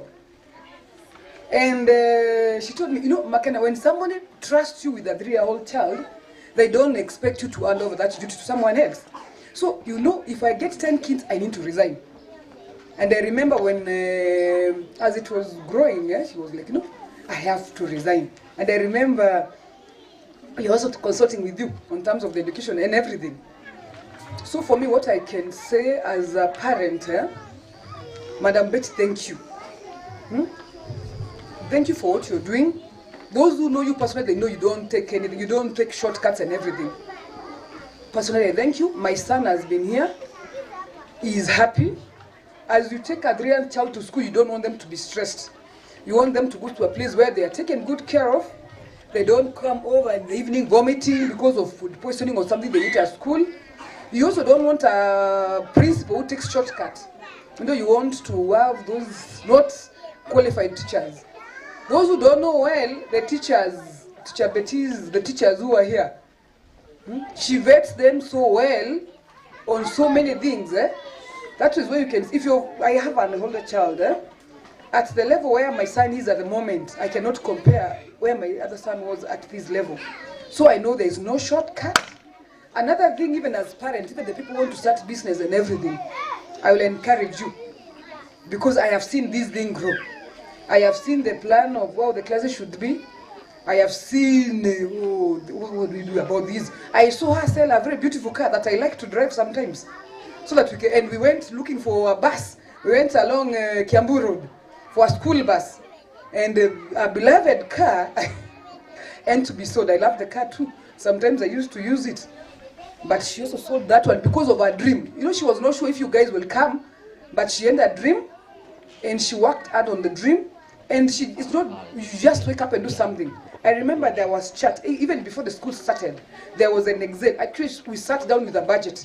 She called me, Makena, are you home? Come, look at the budget. That time, even we were not started the classes, and I remember at some point, even we were not halfway, I think the budget was almost exhausted because there are things that we did not know how they were being done. But what I'm saying is, if you don't know Madam Betty well, know anything she does. Even when she was dealing with chicken and pigs, ours were the best because she doesn't take shortcuts. The same thing I can confirm, being a friend for that time and watched her do so many things, she will still take care of the kids that well. And I'm so happy to know that, the kids who are in PP2, we are not breaking that, they can go to grade 1. I'm so happy for that. Because at some point I was, okay, what do we do? And I've seen the groundbreaking and everything, and I know our kids are going to grade 1 well. So as a parent, 001, thank you. Wazazi, msiogope. Mimi nawaambia, namjua sana in a personal note. Mimi siongei, sijasoma mambo ya masomo sana ya education, lakini namjua as a person. And when you know a person, you can tell what they'll do. Your kids are safe. And I know soon, wakifika the other levels, they will be doing bigger and better celebrations. You guys have a good day. Thank you. Amazing. Wapi makofi yake tafadhali? Wow. Wow. I told you. I just told you. Lelani is just one amazing place. If parents talk this way, how about the kids? Yeah? And right now I'm just going to go straight to the point and bring you one student who just said, bila mimi kuongea, hamutaendelea na shule. Hamutamaliza hii graduation. Self-motivated. This speech is not written by the school. This speech is from her. If you're ready, and I want this to be a bit louder, I want this to be more appreciative, let's welcome Daniela Wakonyo.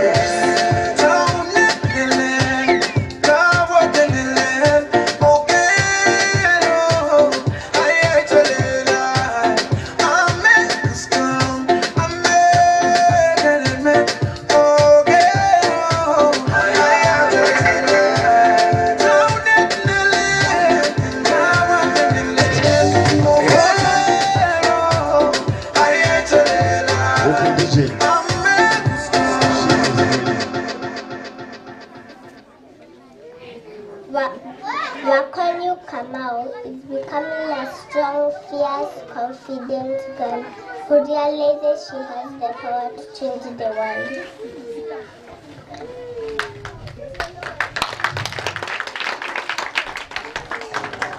That's all. Amazing. She says that's all. Eh? Wambie wapige makofi. Just stand here, tell them to clap for you. No.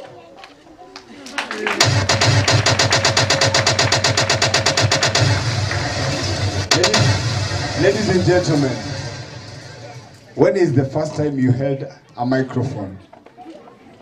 Kuna ingine hajaishika? Si ndio? With that courage, we need to appreciate this beautiful lady again and again. Pigeni makofi tafadhali. Wow. Okay. So, now ladies and gentlemen, as we go ahead, as we continue with this, you remember there's this lady who started with us today, our consulting head teacher. An amazing lady who speaks. Hey, hiyo kizungu yako ilikuwa. Eh? So, let me tell you, if you can see the kids are speaking this way, Lelani is the place to go. Sindio? So, right now, Madam Lucy, are you ready for us? DJ God. See wewe DJ, ni Madam. So right now, let's welcome Madam Lucy again. Tupigeni makofi tafadhali.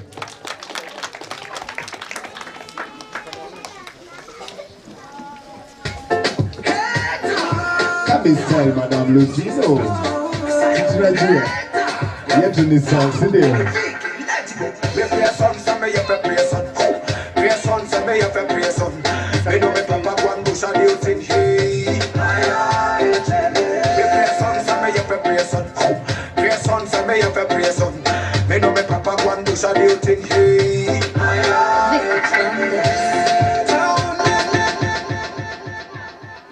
Hello.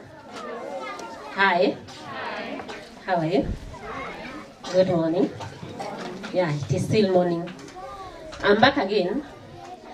And remember, there's somebody who said, I trained CBC.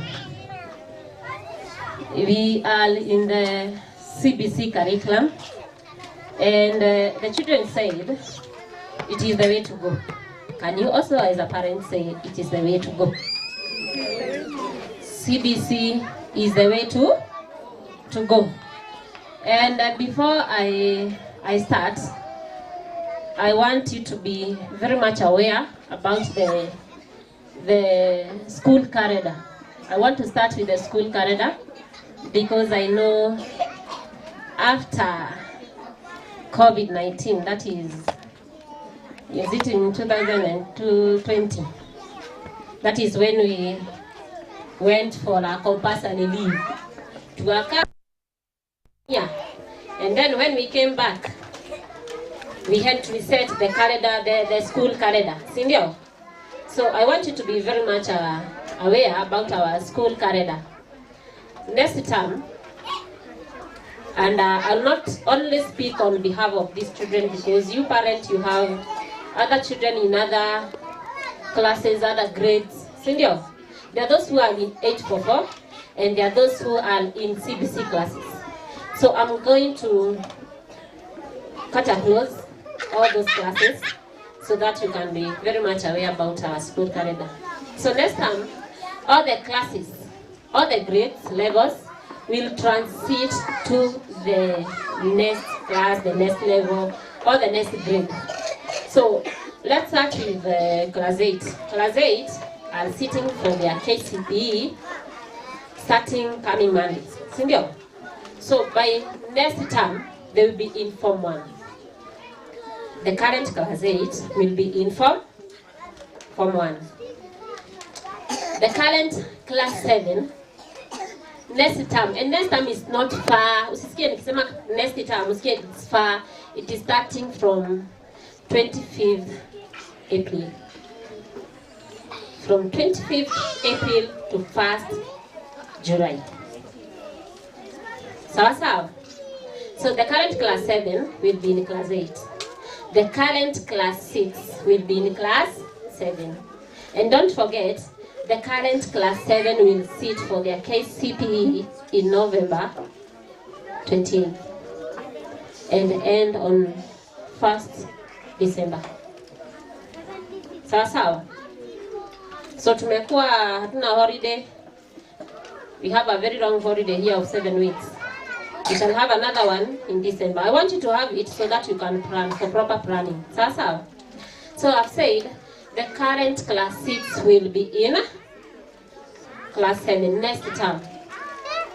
The current class 5, the grade 5, will be in grade 6. And remember, grade 6 is junior. Huh? No, let me take you slowly. So grade 5 will be in grade 6. Grade 4 will be grade 5. Grade 3 will be grade 4. Grade 2? Grade 2? Grade 2? Grade 3. Grade 1? Our graduates who are in PP2 will be in grade 1 next term. Then we have PP1 will be in PP2. Then we have the playgroup will be in PP1. Then from there, we'll go to second term. I've said we shall close the term, the first term, in 1st July. So we shall close only for 1 week. Then we shall open the school on 11th July. For second term. So that term will only have 10 weeks. Second term will only have 10 weeks. Then we go to that term. That term will start on 26th September. 26th September to 25th November. It will have 9 weeks. So that is when we shall have the class 7, the current class 7, current class 7 sitting for their KCPE. Sawa. We have the grade 5. The grade 5. The grade 5 will sit for their first CBC assessment called KCBE. Called what? I listened to what KCB means. Kenya Certificate of Basic Education. Sawa. So the current grade 5 will sit for their first assessment when it will be in grade 6. Sindio? Then from there they will join junior high school. They will join junior high school. So if you have a child who is in grade 5 right now, be prepared. Next year, January, will be somewhere in junior high school, somewhere in Kenya. Sawa. Kwa pamoja. That is how it will be. So you must have a proper planning for your child. Let's go to the next year. Tuko pamoja? So next year, then the transition will be this way. The current class 8, when you wako sahi, they will be in form 2. The current class 7, when you wako sahi, watakuwa form 1. Kama uko na mtoto class 7, atakuwa form 1. Then we have the current class 6 will be in class 7. So they will sit for their KCP next year. Then we have the current grade 5 will be in junior secondary school grade 7. Then the current grade 4 will be in grade 6, sitting for their first assessment. Sasa, wewe unajua mtoto wako penye yako, wenye wako juu, juu penye atakuwa. Then the current grade 2 watakuwa grade 4. The current grade 1 will be in grade 3. And in grade 3, remember we have an assessment called care. Sasa, we have an assessment called care. Then the current PP2, our graduates, will be in grade 2. We have the PP1 now, will be in grade 1, and the current playgroup will be in PP2. Have you learned something? Are you learning? Ukikuja shule ukose kusoma, then you are in the long place. Sasa, have you learned something? For proper planning, you must have it with you so that you can start preparation in advance. Sasa, I want to go back to CBC. CBC is a competence-based curriculum. Me, I'm for it. Are you for it? Lazima. If you cannot doubt, lazima ukue kwa CBC. I have had so many complaints from the parents wanalalamika about CBC everywhere kwa mtandao ni CBC. CBC is the way to go. Sasa. So, CBC, we have the vision and mission. And about the vision, we want to develop a child who is engaged, a child who is empowered, and an ethical citizen. Sasa, that's why you can see everything they do in CBC. They are engaged, kabisa, sindio? They are fully engaged. If a child is given a task by the teacher to do it at home, mtoto akikuja nyumbani, if you're not there to help this child, huyu mtoto atakuwa na stress. Because atakaa pale unamwona vile anasumbuka, even you sometimes unamuuliza how can I assist you? Because this child is fully engaged. Sasa, na kama this child is fully engaged, that's why you look at them. These children hawezi nyamaza. I understand them. They are very active. Their minds are active. Na kiona kitu lazima discover, lazima. That's why they are learning. Even wakiimba pale, kuna tungine tulikuwa na pale nyuma tukicheza. Maybe wewe ulikuwa unaona wanacheza, but there was something they were discovering. So, we want to come up with a child who is empowered. We have to empower these children. We have been in a situation where our children could not even think. In CBC, we are teaching or they are learning competencies. These children, they need to think critically. They need to solve their problems. They need to cope with the other kids. So, these children, we have the core competencies, they must learn and they must have it. So, if a child is given a task to do at home, kuna zile, hafanyi tu afanye, kuna zile core competencies, they need to be incorporated. Naongea kizungu sana. Hello? Tunaelewa? There are those core competencies, they need to be engaged. So these children, wakati amepewa homework akuja nayo nyumbani, si afanye tu. Sawa sawa? There is communication. Lazima muongee. Ndio ajue how to solve their problem. Lazima wewe mwenyewe ucollaborate. Lazima collaborate even there. Maybe if you have an aunt at home, a brother or a sister, all of them will be cooperating. We teach them values. We realize in 844, our children were lacking values. Unapata mtoto hata hana heshima. There is no honesty. You can't trust. There is no love.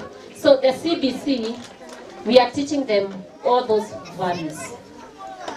And we know later we are going to come up with the children who will be very productive in our country. I have said about the vision. The mission is nurturing child's potential. When I talk about the potential of the child, you as a parent, you are supposed to discover the potential of your child before you engage your child to school. When you nafaa kuja kuambia mwalimu the potential of your child, ndio aweze kunacha. So during the admission, make sure that is the first day in school. Make sure you meet with the teacher, umweleze the potential of your child. Mi huwa naona mtoto wangu ako hivi, ukinunua gari anaitoanisha and then anaanza kuirudisha venye ilikuwa. Then the teacher will be able to know the kind of a child he or she is dealing with. Sawa. You find a child is more interested in cooking. Wakati wote unapika, ako pale na kuuliza mama, kitunguu inakatwa aje? Hizi nyanya zilikuwa ziweko aje? Nini umeweka kwa kwanza?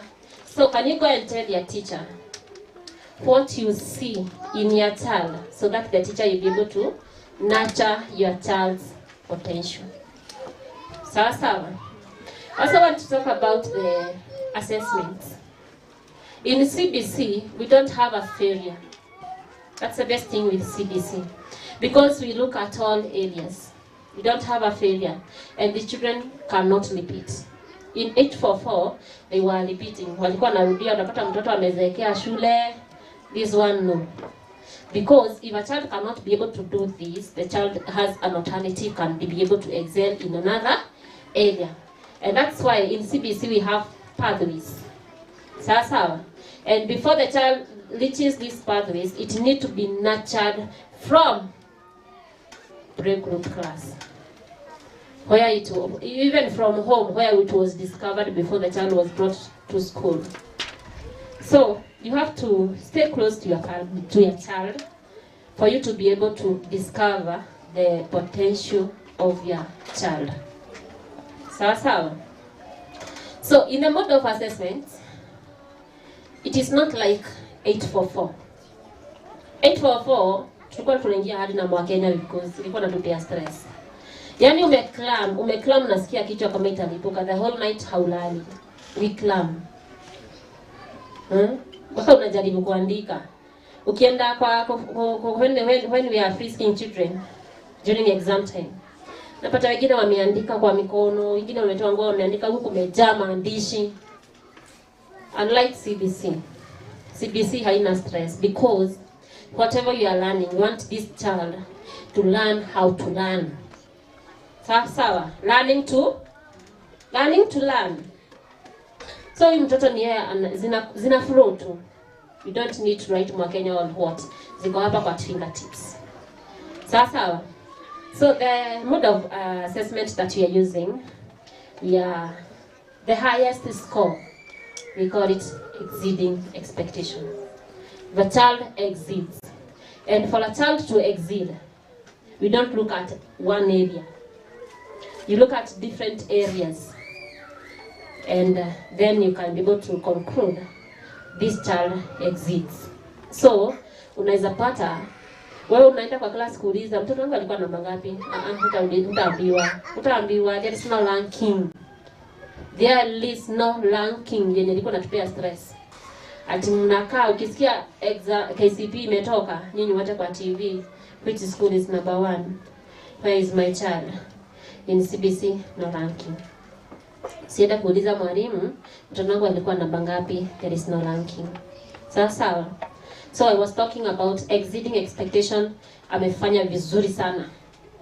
Then the second one is meeting expectation. This child meets the expectation. We are average. Sawa. Then we have another one who is approaching. Your child is approaching expectation. And now the lowest, which cannot be given 0, is below expectation. Below expectation, we give it 1. Approaching expectation, we give it 2. Meeting expectation, we give it 3. And exceeding expectation, we give it 4. And that is what we said to Nick. Sawa. These children, I have said, they do assessments. They don't do exams. They do what? Assessment. And what they come with it at home every day is assessments. So in grade 3, I have said, these ones, wameingia grade 1. How many years to be in grade 3? Mbakisha miaka ngapi wafike grade 3? In grade 3, they will do a national assessment. Nilisema inaitwa CARE. Kenya Early Years Assessment. They will do an assessment there. And this assessment, your child must have the assessment number. Assessment number they will be given here in school. You only need to give your birth certificate, your details, that is your IDs, and then the child will get a number called NEMIS number. Najua wenye wako na watoto kutoka hapo grade 3 wanaelewa vizuri, but even it is good for you to understand, because if your child lacks the assessment number, huyo mtoto hajulikani. So the child must have a assessment number and a NEMIS number. Ndio result zake ziweze kutuma kwa NEC. Nowadays sio vile walimu walikuwa nakutana wana mark hiyo exam nini.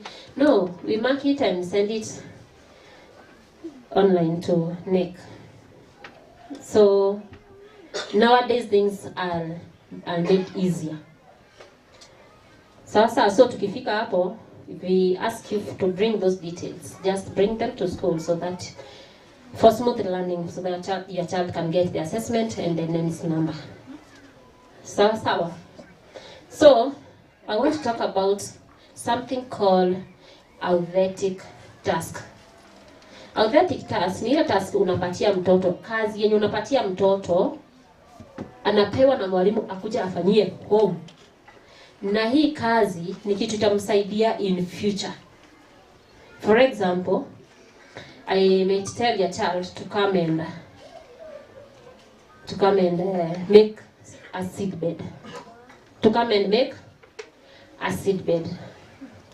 So CBC requires you more. You must be there. Make that seed bed with your child. Ngine wataniambia kwetu hatuna shamba.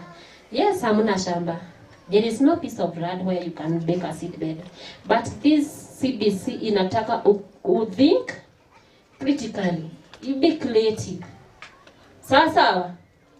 Huh? You can take a tire. You make it there. Singa. You can take a sack.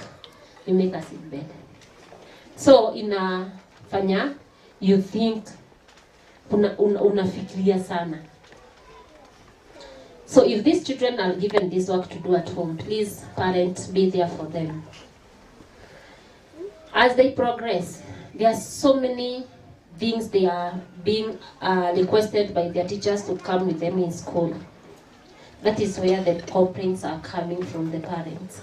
Wanasema CBC is expensive, inaitisha vitu mingi. Let me tell you one secret.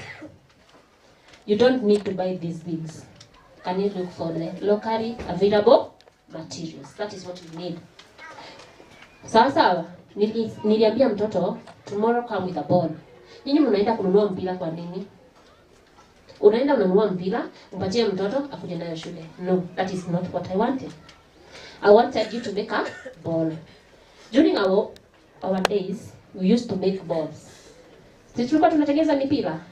Mbona hutaki mtoto akae chini afikirie hii mpira nitatengeneza aje? Unataka kwenda kwa duka umnunulie akuje nayo shule. Making work easier. CBC haina shortcuts. Make that ball. I've said tomorrow can come with a rope. Why can't you make a rope? Unaona hizi packing bags zenye tunabeba? Do you know they can make a rope? Unajua hivyo? Yes. Use the locally available materials, the materials that you have. Stop saying that CBC is expensive. It is not expensive. Inataka you think critically. Inataka your child to think critically. Kwa pamoja. So, let us be cooperative when it comes to CBC learning. And anything that you are requested to bring to school, just let it be a commitment. Make it as a commitment for the smooth learning of your learner. Sawa. So I want to stop there about the CBC, but if you have a question about the CBC, you can see me later. I'll be able to answer you. I cannot catch up everything today. because it is wide. Sawa. So CBC, the organization is like we have 844. Sini 844. Na CBC ni nini? Inaenda 2 3 3. Haya, iko hivi. 2 years ni PP1 na PP2. Another 3 years, grade 1, 2 and 3. Sasa another 3 years, 4, 5, 6. Another 3 years, 7, 8, 9. And another 3 years, 10, 11, 12. Inafika hapo. So it is 2, 3, 3, 3, 3. Sawa. So mtoto wako akifika grade 9, that is where he or she will do an examination. All the way hakuna examination, atafanya examination akifika grade 9. Sawa. I want to teach you something. I want to clap the CBC way. Ndio tushike. We clap the CBC way. Let's go. We go. 1, 2. So 2, 3. Sawa. Umeshika? Let's go.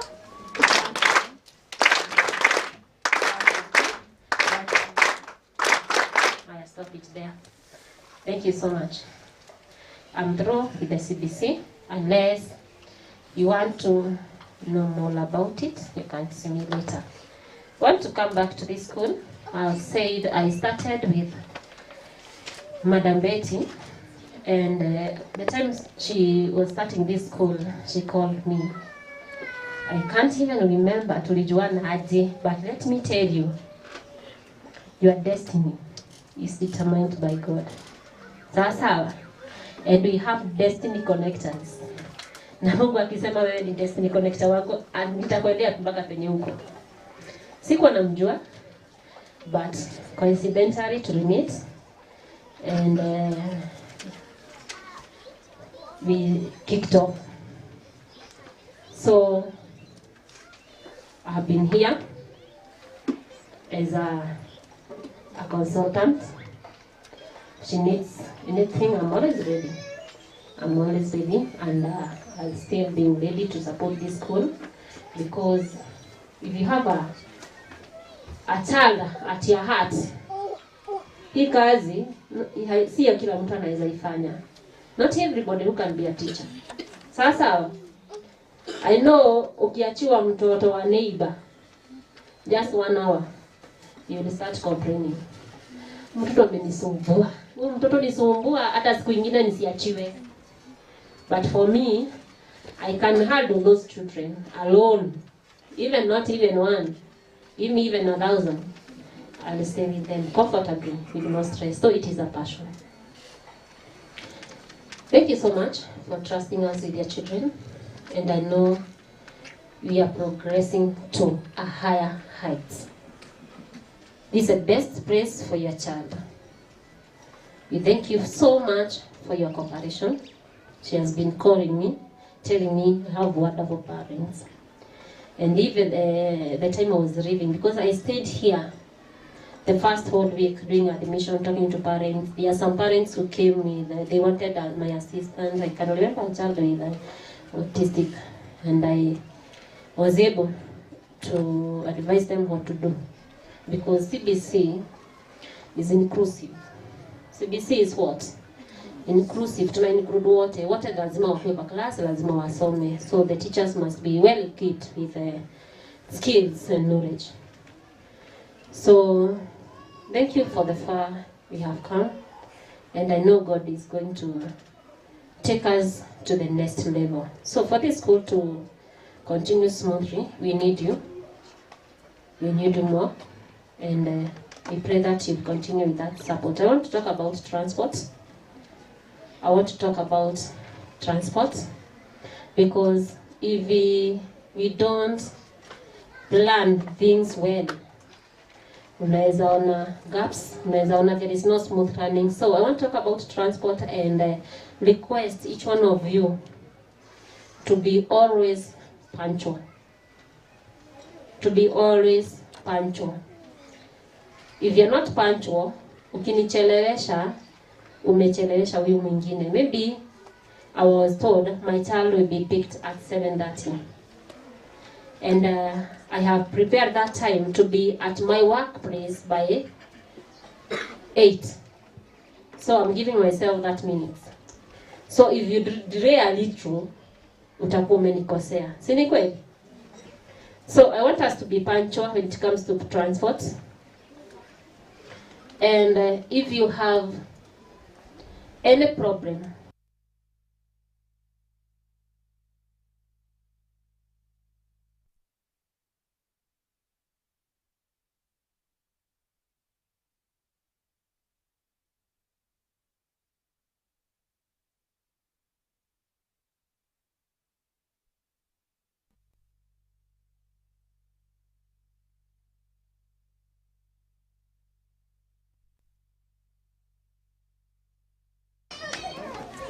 kwa pamoja. Hi. Hi. Hi. Santi. The other thing is about the payment of our school fees. That school fees that you are paying is the one which maintains the school. So I'll still urge our parents, please be punctual when it comes to the payment of our school fees. We are supposed to pay our school fees in 2 installments. We pay our school fees into 2 installments. So make sure by the time your child is reporting to school, can pay half of it, and then before or during midterm, you can come and clear for smooth learning of our school. Sawa sawa. Hi. Hi. I'm talking about school fees. If you don't pay it on time, there are some things that you be delayed, and we don't want to delay them for your child. Your child will not even understand as to why. If you don't buy a bread for breakfast, your child cannot understand as to why there is no bread. A child will wake up and demand a bread. I need a bread. So just pay your school fees on time. The other thing is about reading the school memos, newsletters, diaries. The school communicates to the parents through diaries, through the newsletters. When a child comes to that newsletter at home, take a point of sit down and read, go through it. Maybe there is somewhere you need to seek for clarification, or you need to respond immediately. Make sure each and every day, angalia your diary and you sign it. Sawa sawa. The same thing to you. You are supposed to communicate through that diary. If you want a teacher to know something, communicate through the diary. If there is medicine you have given your child, communicate through that diary. Tuko pamoja? Are we together? I'm asking whether we are together because there is noise on the other side. So with that, I know we shall move smoothly and God will bless Lelani School. Thank you so much for listening.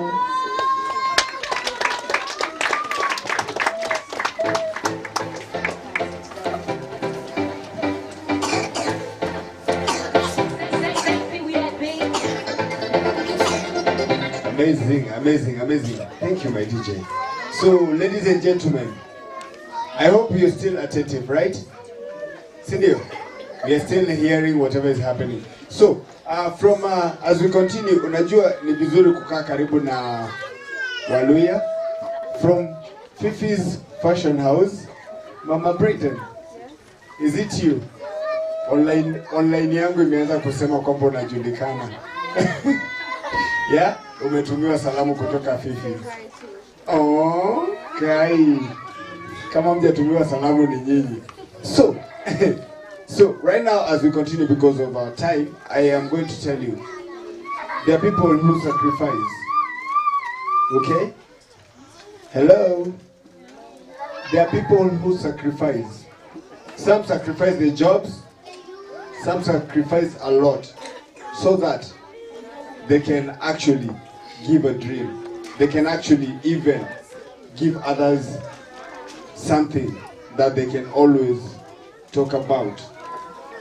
Sometimes there are people who are given the best of jobs, but that is not enough until they see success on the other side.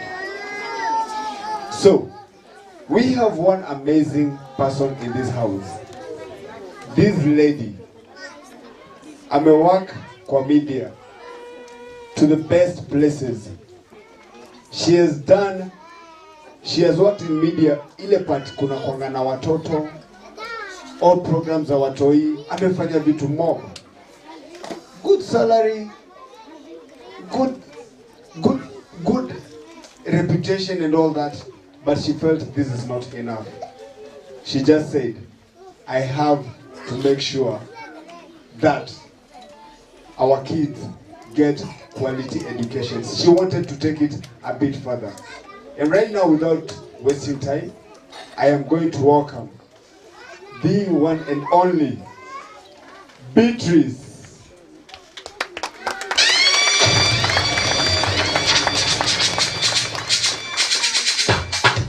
Hi, DJ, shika. Unajua, I want to sikieni atisifanye hivyo. Ni mnakubaliana na hii maneno? Mnakubaliana na hii maneno? Hapana, si ndio? Mzee si changamke. Ana tu pale kuja style. Enda tu hapo hivyo. Kama kidogo.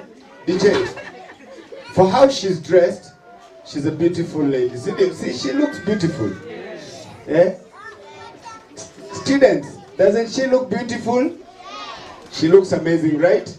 DJ, give me something that is so sweet for her. Jaber, eh? Si ndio? Alafu najua amevaa ile, unaweza peleka pole pole, si ndio? She's very amazing. I have to play with her because she believes in people. Lazima nicheze kidogo. DJ, twende.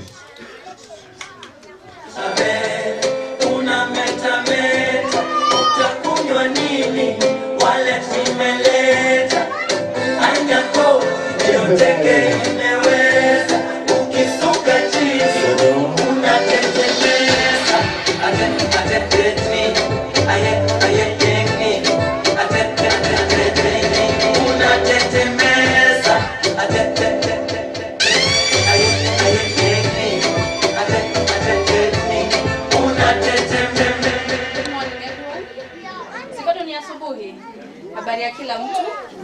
Nisimame hapa, sichomeke na jua sana. Me, I have a disclaimer. As much as I do all this with all these kids, mimi sijui kusimama mbele ya watu. Kusema 1, 2 or 3. I'm a media practitioner by profession. I still am, yeah, even if I left, yeah. So that is what I have. That's what I have trained in ever since I left school when I was 21 years old, and that has been my life. But I'll tell you this: for all that time, I think I may have appeared on TV, maybe on one program, which was a children's program. Okay, that one, but I could not bear it. So I went back behind the scenes. That is where I was most comfortable. So I have been a TV producer all my life. But there's one thing that always came out of everything I did in my years in media. From when I started at KBC, where I was a producer of a children's program.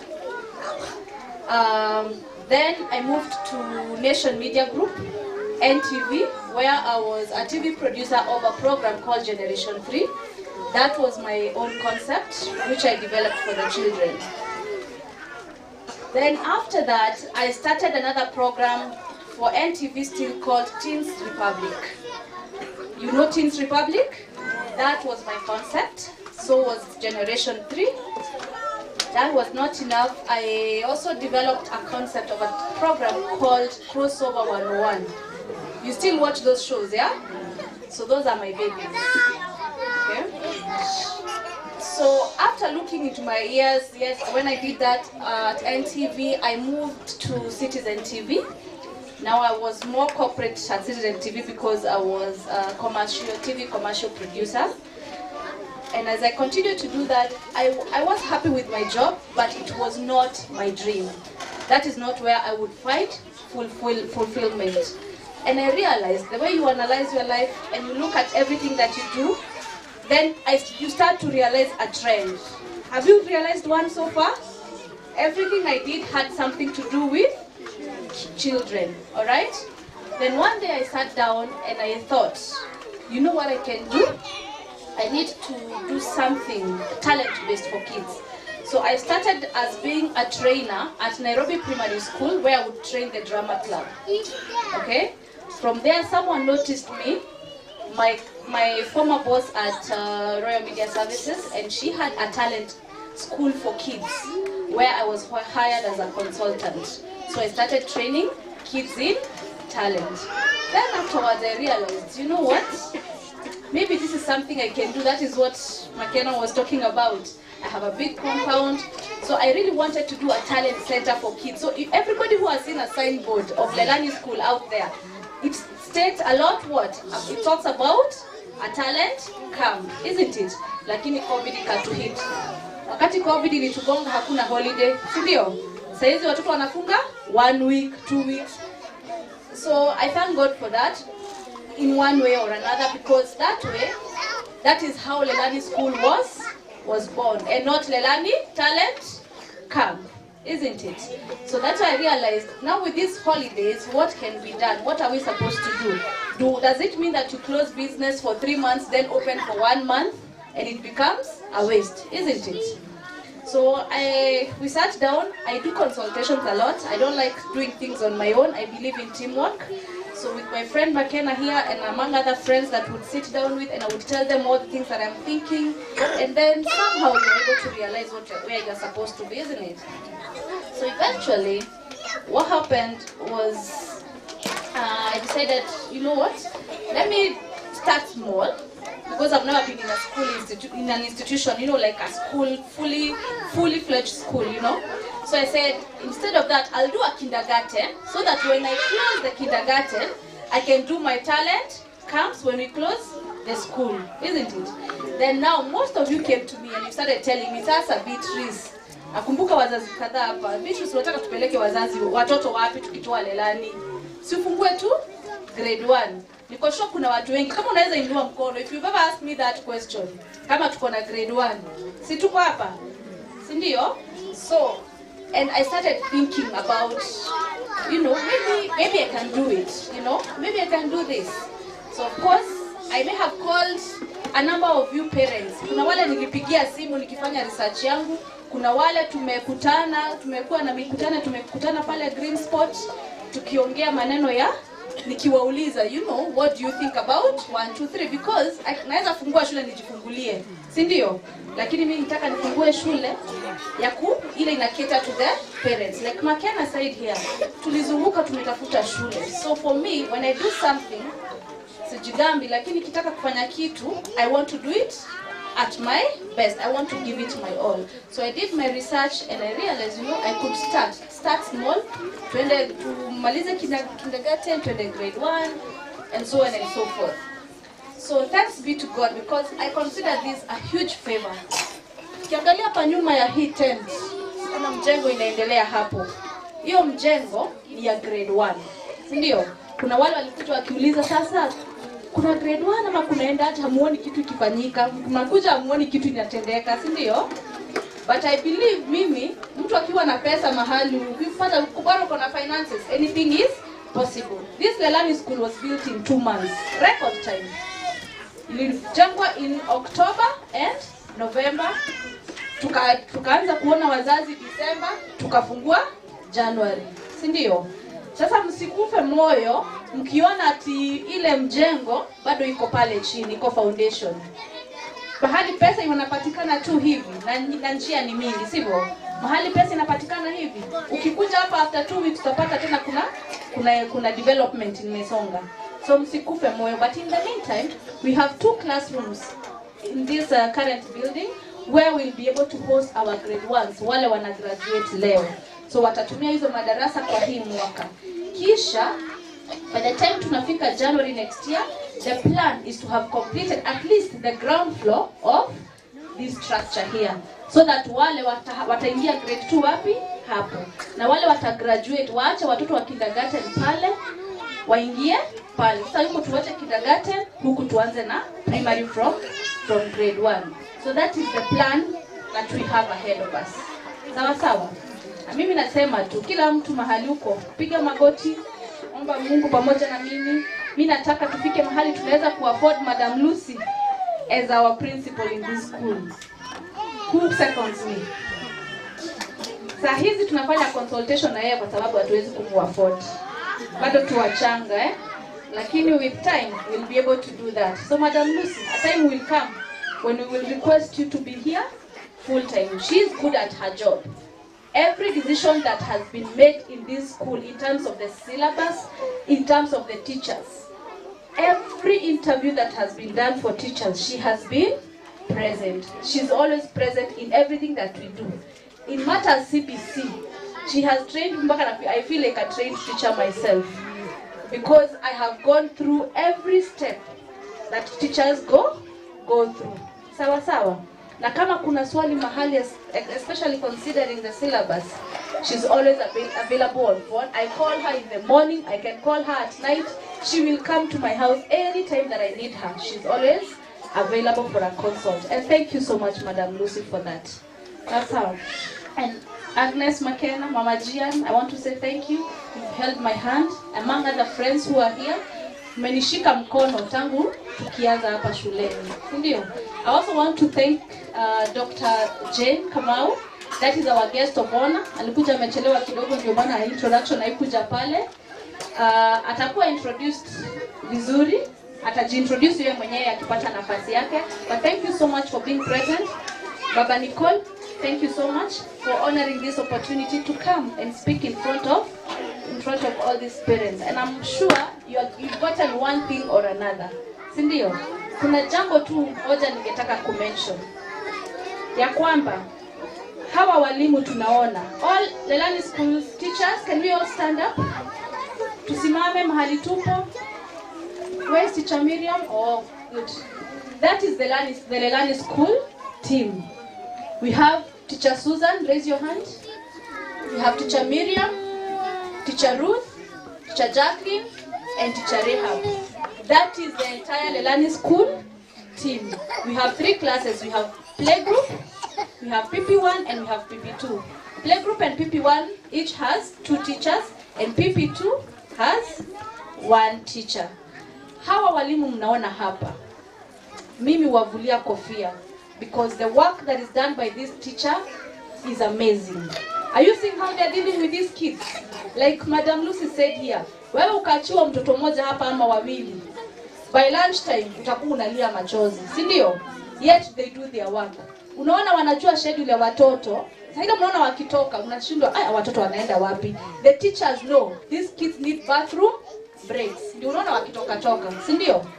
When they behave in a certain manner, wanajua hawa watoto wako na njaa. Unaona wakipelekwa na pale wanapewa kitu kidogo waweze kukula, si ndio? Let's commend these teachers. Hata saa zile wanafanya makosa kwa sababu it's not a smooth sailing, isn't it?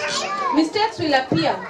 It's teething problems for any new project, and I consider this a new project. So it will have teething problems. So saa zile mambo zote haziendi sawa sawa, mtu understand. Sindio? And I'm grateful, by the way. You have been very understanding parents. You are growing with us. You trusted us even before you knew what we could do. Kwa sababu kuleta mtoto shule mahali hakuna mtoto mwingine ama haujaisikia any record ya mtoto ametoka hiyo shule, sio ni trust. So nawashukuru for the trust that you have given us, even giving that trust to our teachers. Na Mungu awabariki sana. Mimi najua time yetu haiko poa, so I don't want to say so much, but with those few remarks, I thank you. May God always bless you. May God always see you through. May God provide. May God fill your pockets so that you may never lack school fees for your children who are here and who are elsewhere. Sawa sawa. Mungu awabariki sana. Asanteni. Amazing, amazing. Pigeni tena makofi. Beatrice, you had never told me about hizo nini za TV. Sasa mnajisikia mmeona kaseleb, si ndio? Yaani mwenye alikonga huko nyuma ndio.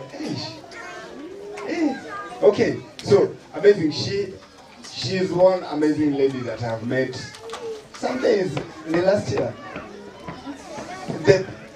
A few years ago, how many? 2020. We met in 2020. Last year.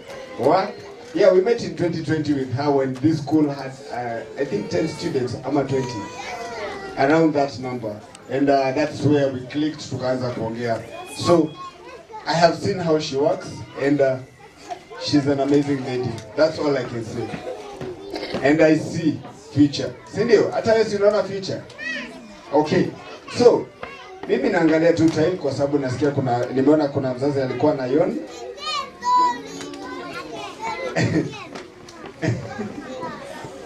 Kuna mzazi nimemwangalia lakini yasemi alikuwa na yon. Okay, so right about now I want to welcome one of the guest speakers.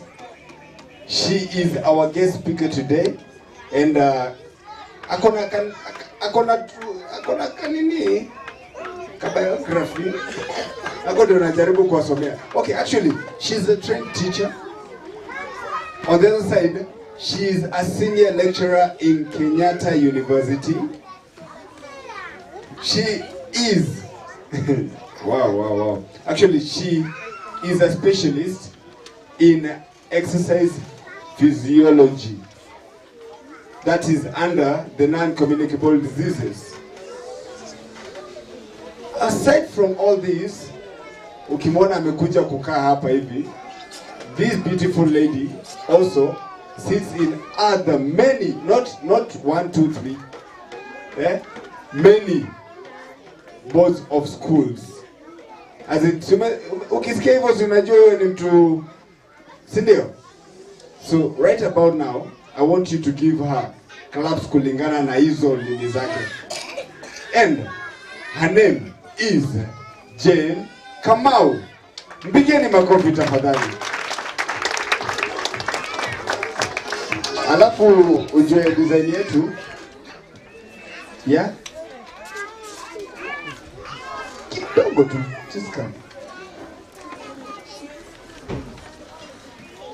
What would you like to do for us? Slide. Ati? To slide. To slide. Kwa matope ama? Slide. Ile ya Michael Jackson. Okay, DJ. Okay. She wants to slide. I want to do your choice. You want to do my choice? Kai, uko sure? Kai. Okay, DJ. Nipe choice yangu.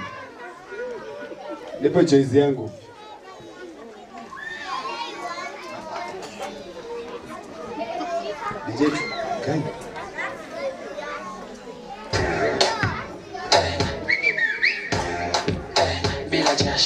Unaona penye yako? Bila jasho. Alafu bigo ndio alafu cheza daba ikibamba sana unakulo mara saba. Alafu nasuni hivi. Ninashika kushinda jaba bila jasho na jibamba niko soba. Baba alafu leta nice. DJ. You see she knows how to dance, ndio? Anashika haraka, ndio? Sasa, so right now let's welcome, I'm welcoming Jane. Karibu sana. Thank you. Our parents, in our our director, our invited guests, and pupils. Good afternoon. Good afternoon. It's just 5 minutes after noon, and I request that we start. Because I know if I take the next 20 minutes talking to you, you'll have slept. So stand up and stretch a bit so that you can be fresh to listen to me.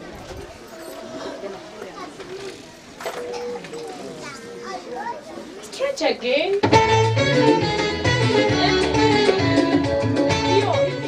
Thank you very much. You can take your seats. I don't know what I am supposed to say. When Madam Lucy has spoken everything about CBC, when Joab here talked about education, basic education and everything in it, at least McKenna praised Beatrice a lot. I don't know her. So when the two have spoken, they have said almost half of what I had purposed to say. And therefore, I do not intend to repeat what they have said. I'll just highlight on a few things that maybe they have not mentioned. Have we agreed? So I want to take the shortest time possible. And I don't want to go back to the introduction, only to mention that I'm in the teaching profession and have taught in KU the last 19 years. Yes, the last 19 years.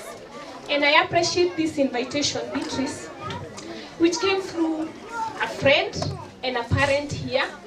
Actually, this parent was supposed to be what I am doing. And then he was like, no, I cannot stand in front of other parents like me. I would want to sit and listen. So I thought it is important I honor that invitation through your parent. And Beatrice, thank you for reaching out to me. And I'm grateful, really. So I want to engage you because I'm a teacher. I know we have had a lot of things, but I want to engage you. And I want to engage you. My theme is parenting in the CBC era. And therefore, Madam Lucy, you had pointed out already so many things about the CBC curriculum that I ought to have said, which I will not even repeat. And I believe we are here because we are either parents or guardians. And my first point of engaging you is in form of a question. And I will request that parents, you respond to the question. There are only two, but they will revolve around what I want us to think through, even as we continue being good parents. So how many of us think that the children we have are the best things we could ever have in this life? How many? I want to see hands. Now you know I'm a teacher. And then out of the hands, I'll pick on one to tell me why they think that the children they have in Lelani, in other schools, and at home are the best things in this life. And I'll pick my dear here. Why do you think your hand was up? Don't shy away. I want to engage you. I want to engage you because I'm also a parent. So all the hands were up, Beatrice. Yeah, I can see Mama Nathan, hands up. Yeah.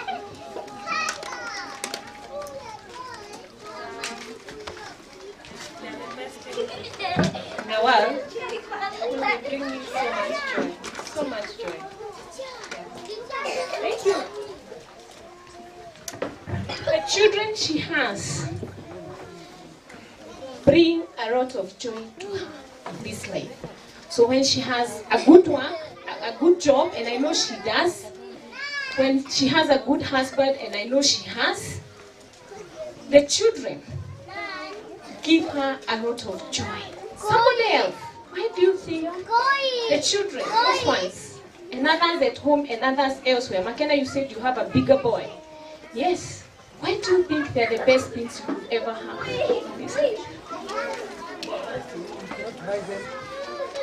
I think they are gifts from God. Yes. That's a thing that is from anyone. You just bless me. McKenna says, much as she has money, and a lot of it, she can't buy a child. They're just gifts from God, right? So we all agree including myself, because I'm a parent of 2 children. One in Form 1, the other one is a candidate, and the rest in the family. So when you get the joy of parenting, I have experienced it already. Okay?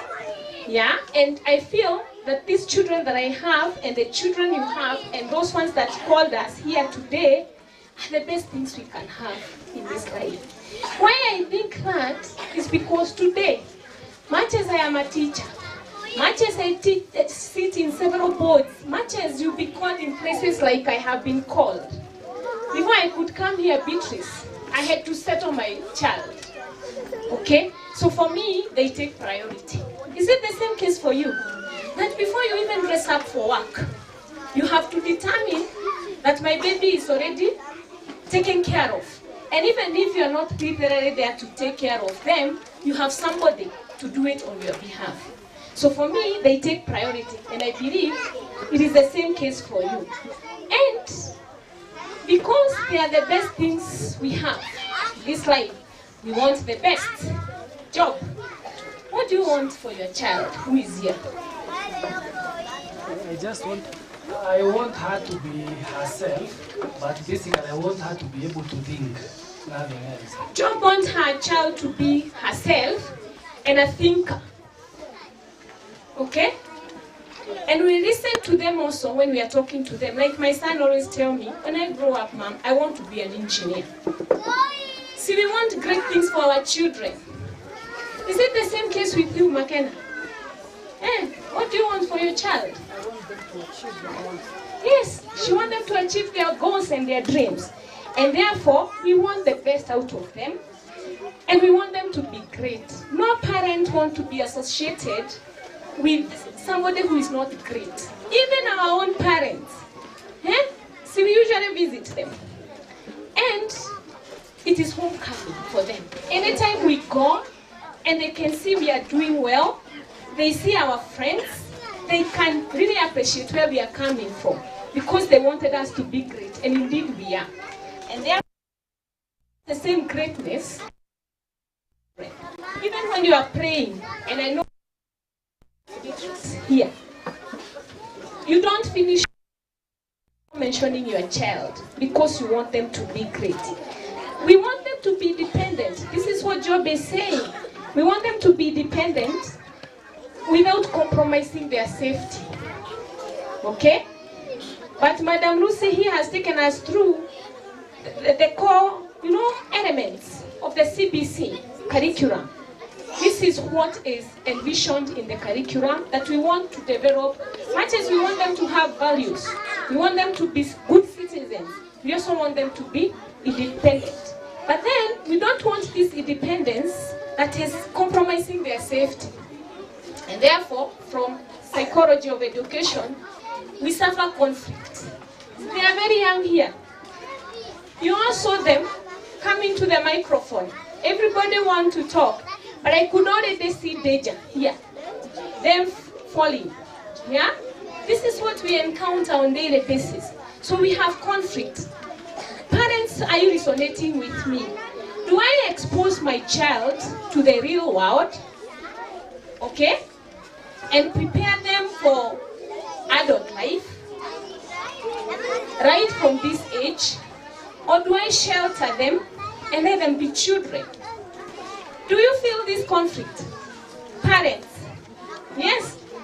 Do you want to expose them? If you don't expose them, they'll miss out on something in life. If you shelter them so much, if you don't shelter them, you are compromising their safety. So the next question that I want to ask is, being a parent the most difficult or the most challenging task you could ever have in this world? Parents. Is parenting the easiest job or is it the most challenging job? Supposing you were to be interviewed and recruited for a job, would you want to be a parent? If parenting was to go through the process of recruitment, come on people, you have to speak to me. Is parenting the most challenging job? I want to hear a yes or a no. And the S's have it, because I feel the same. Parenting is the most difficult. It is very difficult to parent. You can already see the parents that we have, our teachers, and they are doing a great job. Yeah, trying to keep calmness here is already difficult in our eyes. And mark you, these are our children. They are here just for a few hours and then they will come home.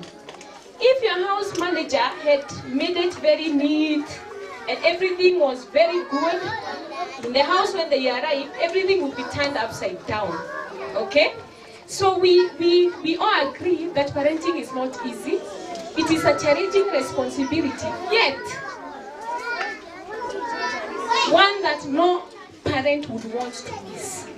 Much as it has challenges, much as it is difficult, we still embrace it with a lot of love and commitment. And I want to present to you what we have here in these children. And the people who spoke before me, Akina Beatrice, Akina McKenna, Job, and Lucy, you sound like wise generation. And I hope, or maybe think, most of the parents seated here are either Y and a few cases of Z. Okay? And there is a departure from generation Y, which I belong to, and this alpha generation that we have. This is alpha generation. Any child born from 2010 onwards is in alpha generation. And this alpha generation, it is the one that is most materially endowed. I am sure none of these children came from home hungry. Kuna wenye walikuja shule kama hawajakula? Teachers and parents, did you release your child to school without food? Maybe the Z and even the Ys, some of them went to school without food or a meal. True or not true? I will not ask true or true like Job. True. These people have all the materials they need. We are driving them to school. We are affording to pay in Beatrice's school. I know that school fees is not that easy, is it? It's a fortune, eh? Yes, but still we are affording it for the sake of our generation. When they come home, whereas I was being told to go and fetch water and fetch firewood, then they sit where? Near the screen. They finish your homework quickly, then watch your beautiful or good cartoon. They are very materially endowed and technologically savvy. These people, they can operate your phone better than you. Who bought it? Ukweli si ukweli? Me, some of the features in my phone, I am taught by my boy. When I have a challenge, he tells me, but mom, now why are you like this? It is only like this, and he gets it. And I tell him, wow, you're a genius. Yes, technologically speaking, these guys you see here making noise, technologically speaking, they are advanced than us. And we have to live with that fact. Again, they will enjoy longer lifespan. So if you are hoping that they will not live for long, they will. Our time, there was child mortality. Okay? Diseases were not very well managed. Early pregnancies were not very well managed. Some people would even die. Our schoolmates when giving birth. Alright? Now we have the best doctors. We have very many solutions to our problems. To an extent that these people will live longer than us. In terms of chronological year, they will live longer life than us. Because of the solutions, whether medical or otherwise, they will be longer with us. CBC, they will remain in school longer than us. When I counted your years, Madam Lucy, for the CBC, it is coming to 17 years of schooling. Ours was 16. And I think the area had even lesser years. So the people that we hope to keep longer in school are these people. So as a parent, know that this guy will be in school for 17 good years. as teachers, business, and you have a fantastic team, let them know these people are not leaving them anytime sooner before the 17 years are finished. So that is the kind of generation that we have, and we must take care of. Okay? I will not touch anything about the curriculum and the departure, because there is a shift from the 844 system to the CBC. And we were taken through that shift very well by Madam Lucy, and therefore I will not touch on it. She even spelled out the vision of the CBC and the mission. But then again, I have to ask the teachers, with this shift, whoa.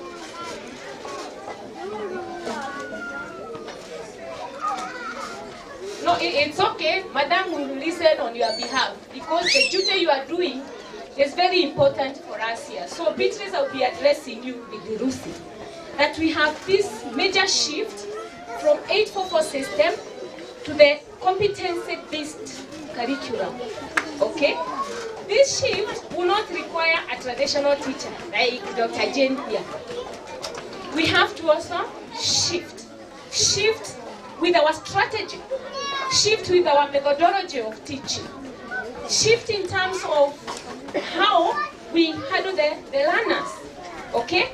Because it's a requirement for the curriculum to do that. So we have to change our teaching and learning process so that it is oriented from just memorizing. She said we were memorizing until you feel like your head is going to burst. There is no longer going to be that memorization. But then, as our teachers, you need to orient our learners to acquisition of skills and competencies, okay, that are useful to solving problems. You were praised, Beatrice, by Job, because he said, this girl here once went through an education process, identified a need in the education sector. She's coming from mass communication and media, but then is crossing over because she's not limited. Once you have education, you become unlimited. You can do several other things with yourself. Okay, she identified a problem of not having a good school within this area. And here we are celebrating the first graduates of your, I think we need to clap for Beatrice. It is not mean achievement. I am a teacher. I have not started a school. Whenever it comes through my mind, not that I wouldn't have anywhere to place it, but I feel maybe I need more time to think about it. You are brave. You are bold and beautiful. There was that program many years ago. Right. So teachers, yeah, we need to embrace learner-centered strategies, because this is what is required in our new curriculum. And the teaching methods to include role play, yeah, problem solving, giving them projects. And this is what Madam Lucy was alluding to, that we don't have that summative kind of assessment. We are doing formative assessment through the years until at grade 9, where they will sit for the summative assessment. So all that we are doing as teachers, we need to embrace this and to switch from the role of being the expert. All right? Teachers are no longer experts, but facilitators. For us, we knew whatever teacher said is the true doctrine. I even had a problem with my children guiding them through schoolwork, because once you try to show them a different way of getting the area of a circle, well, they will tell you no. Teacher said it is. Yes. So our generation is that of teacher said. Yes, teacher said, and teacher is right. Even when they have not researched on anything, we took it as teacher is right. And now this is changing, Beatrice and your group, that you are no longer the experts. You are just facilitating these guys to be what they are supposed to do, to be what they are able to do, appreciating that they are all endowed differently in terms of capability. Okay? So we are no longer the experts, but us, we are still the experts at the university, because CBC has not caught up with us. Maybe in the future, we will have these guys coming to the university And I think we all have to be taken through instructional methods again, so that we are able to accommodate them. So teachers, you also need to design effective learning activities, therefore, and I know you have been trained by Madam Lucy how to do this, you know, to unpackage the curriculum. Curriculum is a big jargon, it's so complex, which you must then apply within your settings, and having the rights of Madam Lucy is very important. It's even commendable because she will help you to unpackage the big thing, the compressed CBC that is giving us headache, and apply it in your setting, particularly in your school, so that they can develop activities that are geared to the development of the specific competencies. And she highlighted them. There are about 7 different competencies that the CBC envisioned to enhance in our children. And of course, do the assessment, the teacher that is vested on you, and give continuous and constructive feedback as you do these assessments. So the role of the learner here is simple, very simple, to take the responsibility of their own learning through direct exploration and experience. So they are kind of becoming the experts. So because we are just facilitating the environment, giving them an enabling environment to discover things within their settings and have the kind of experiential learning that is desired in the basic curriculum, CBC. Beatrice, do you have a school management? Do you have a school management board? Not yet. This is my challenge to you. Because whereas you have fantastic parents, whereas you have good friends here, like Jane and others, and whereas you have very good people, and the rights of Lucy, your school is not complete until you get a management board.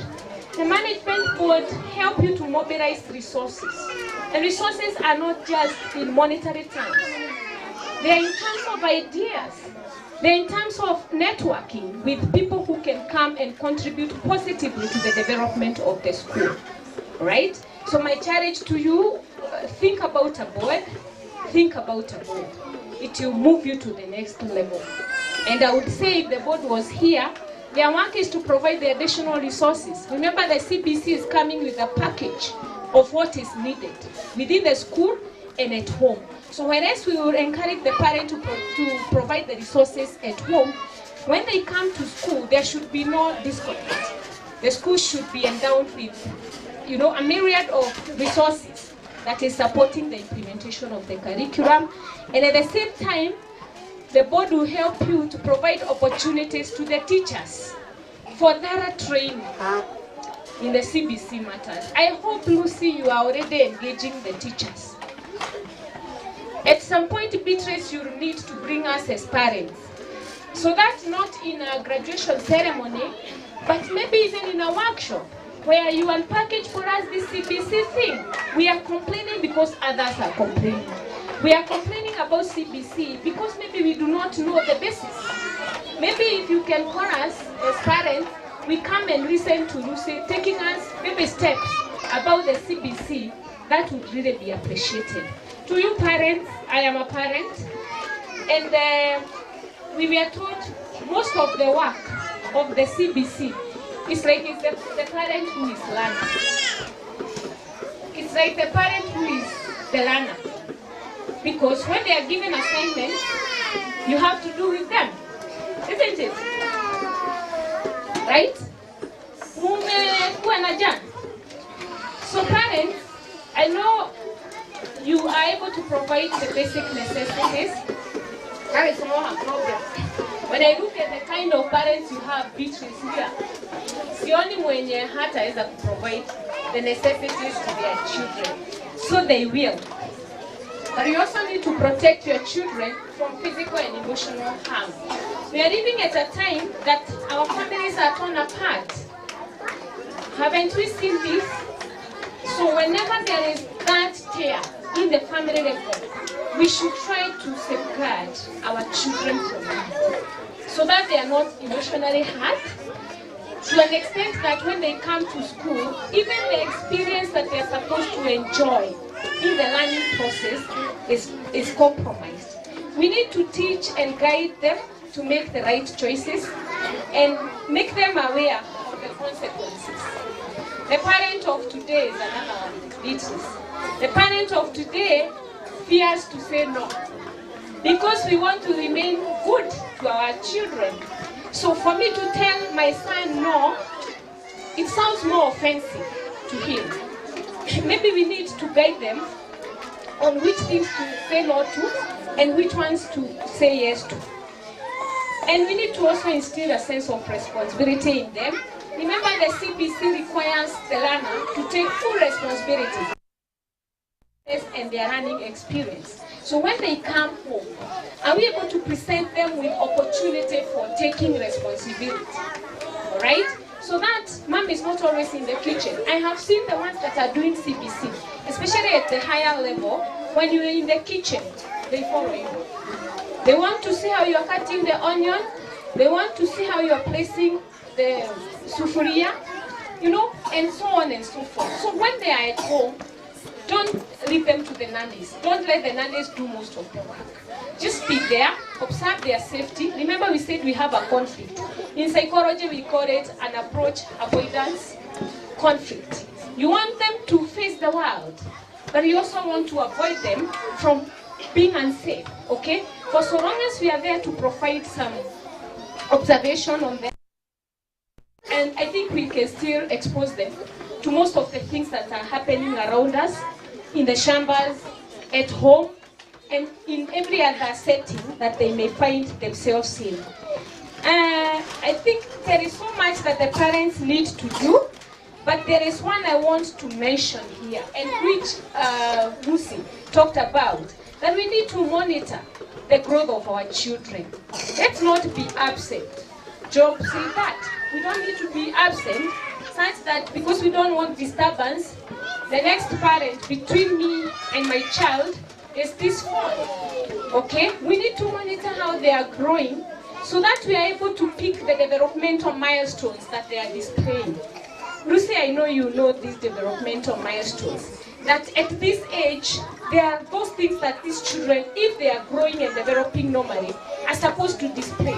How then will you pick an issue with your child, another development, or a special need, which then you have to present to Beatrice here, so that as you bring your child to Lelani, Beatrice is aware that I'm getting this child, but this child has this ability or has this handicap, and we are no longer using handicap. It is a special need, eh? Yeah, we are not using those terms any longer. So we need to observe our children keenly as they are developing. There is what, like when the babies, the playgroup was presenting, did you see the awkwardness? But when we moved to PP1, there is some proficiency a bit in what they are doing, and it is more evident in the PP2. So within those milestones, you can pick a special need in your child, and the need does not just be a disability, it can also be a talent. The challenge in our system, especially the 844, we talk of talent development when I am 18 years old, and in the university, this is when I am going to learn how to volley a ball in volleyball, or to do a backhand in tennis. Is that talent development? No. Talent is identified at home. Yes, when this baby is growing up, before they even come to school, you identify the talent. By the time you're presenting them to Madam Beatrice, you already know what your child would want to be when they grow up. As you engage with the school, and we agree that this is going to happen, we need to observe etiquette and courtesy. When we come to Beatrice's doors, let us be courteous, let us observe etiquette, because children are always seeing how we talk to our teachers, they are seeing how we are engaging with the management, and they are likely to borrow from us. Remember, you are the first teacher to your child, right? So whatever we do, whatever we say, the way we do the things that we do, these children are really copying from us. And we need to be open to new ideas, parents.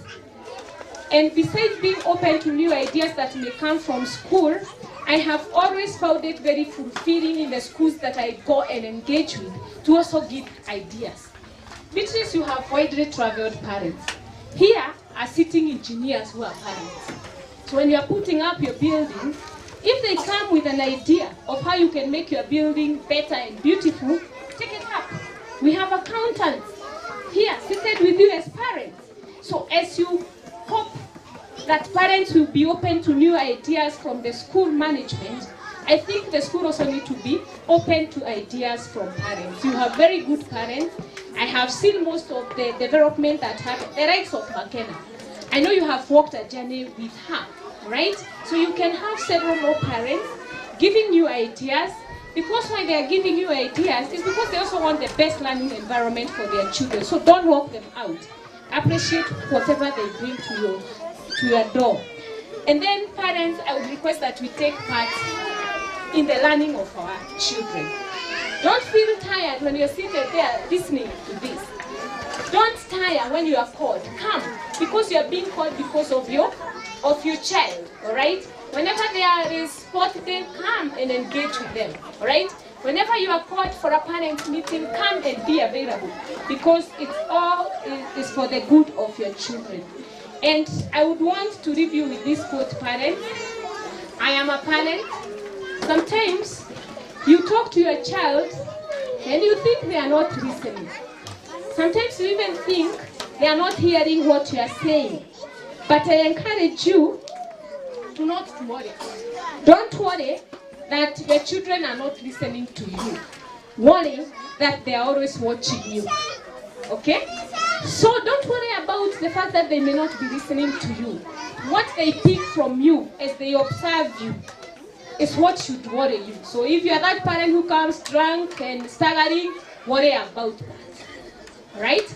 If you are that parent who throws tantrums in the house, worry about that. Because these are things that our children will pick from us. To our teachers, I encourage you to continue working with our children. And because the CPC require them to be critical and creative thinkers, teach them on how to think and not what to think. So expose them, not on what they should think, but how the thinking process should be. And I think you will achieve all the objectives that are set apart for the CPC. Madam Beatrice, I salute you. I am a teacher, I have not started a school. It comes and it's very elusive. When I think of starting a school and I think of the things I have seen in the schools where my children are schooling, you know, you have such a population to look after, I step back. But I said you are bold on this. And we need to appreciate her, because when you open a door of a school, you cross the door of a prison. All these are potential prisoners, including us. Parents, are we not potential prisoners? We could have rented ourselves in prison. But then, because a school was started somewhere, we were taken through the values of citizenship, good, behavior.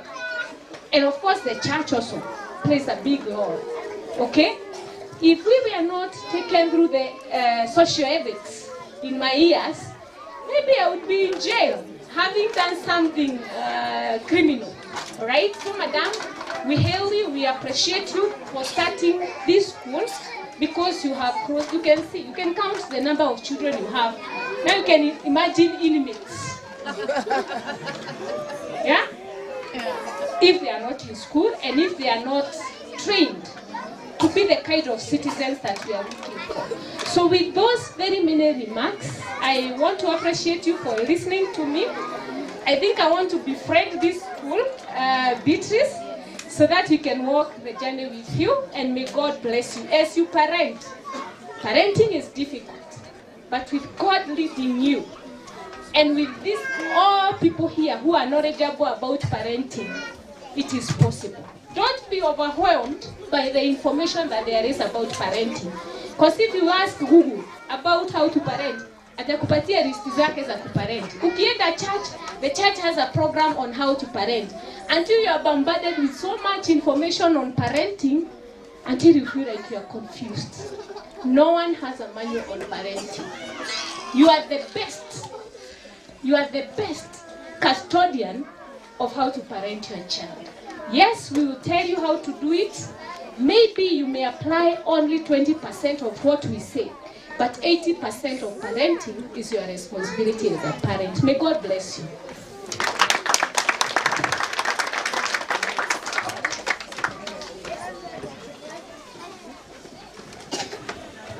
Wow, asante sana, asante sana. Mpigeni tena makofi.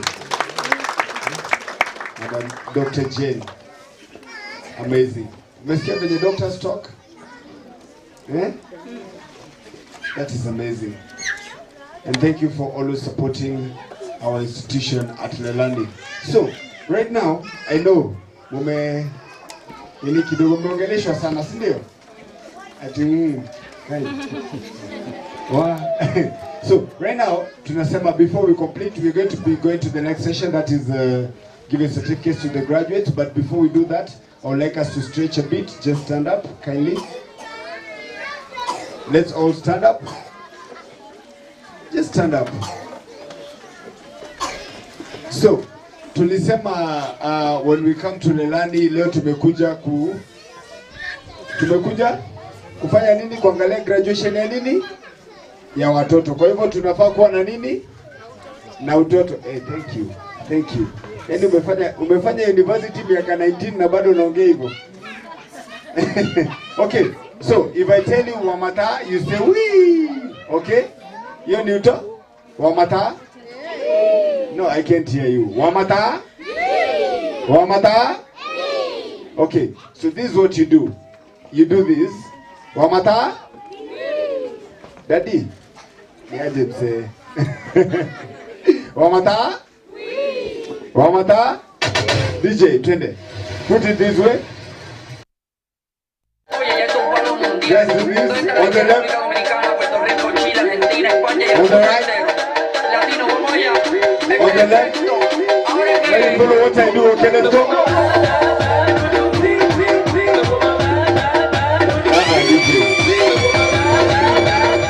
Unanidanganya, ona tipeje mtu anafanya ruka. Leo ni siku ya uto? Mambo tufanye hivi watu wote, si ndio? Okay, Wamata? Wamata? DJ. Twende. ¿Dónde está la gente de República Dominicana, Puerto Rico, Chile, Argentina, España y el mundo entero? Latino, vamos allá. Este es efecto. Ahora que...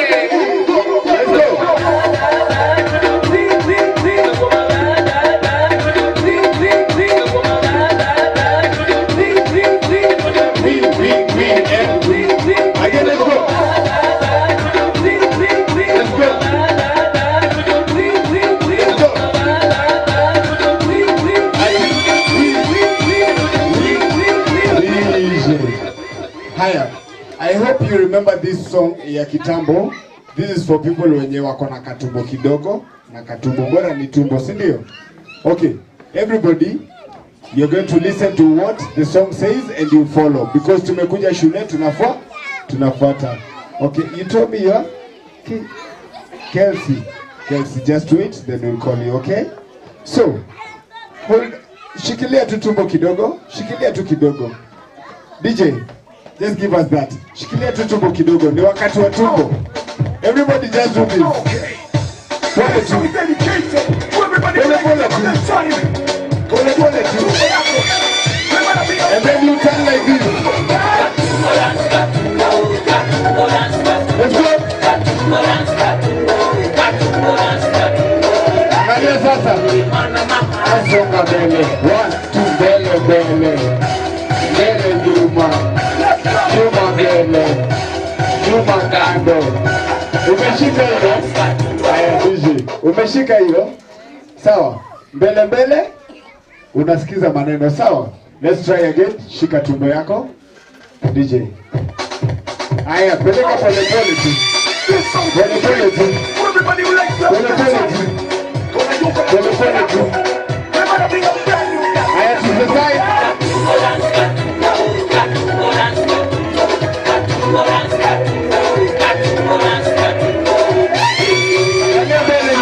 Songa mbele, mbele mbele, mbele nyuma, nyuma mbele, nyuma kando. DJ. know. It's time for najaribu kupass the news to management kwamba tunasoma. Okay, so right about now I'd like to request if possible Madam Lucy kindly come to the front, and Dr. J kindly come to the front, and I would like you to assist me. The rest of you can have your seats, and I would like you to assist me in awarding the graduates. Kindly teachers help me controlling the kids. Let's go kids. Watoto wangu we. Watoto wangu we. Watoto wangu we. Tuneni tukae chini alafu nitawaita. Tuneni tukae chini. Everybody sit down. Sit down. So for, right now I'm going to request oh, they're here already. So they're going to be assisting us in awarding the graduates. We have the newly graduates, and from now, I don't know if the mic is here. Okay. So, karibu.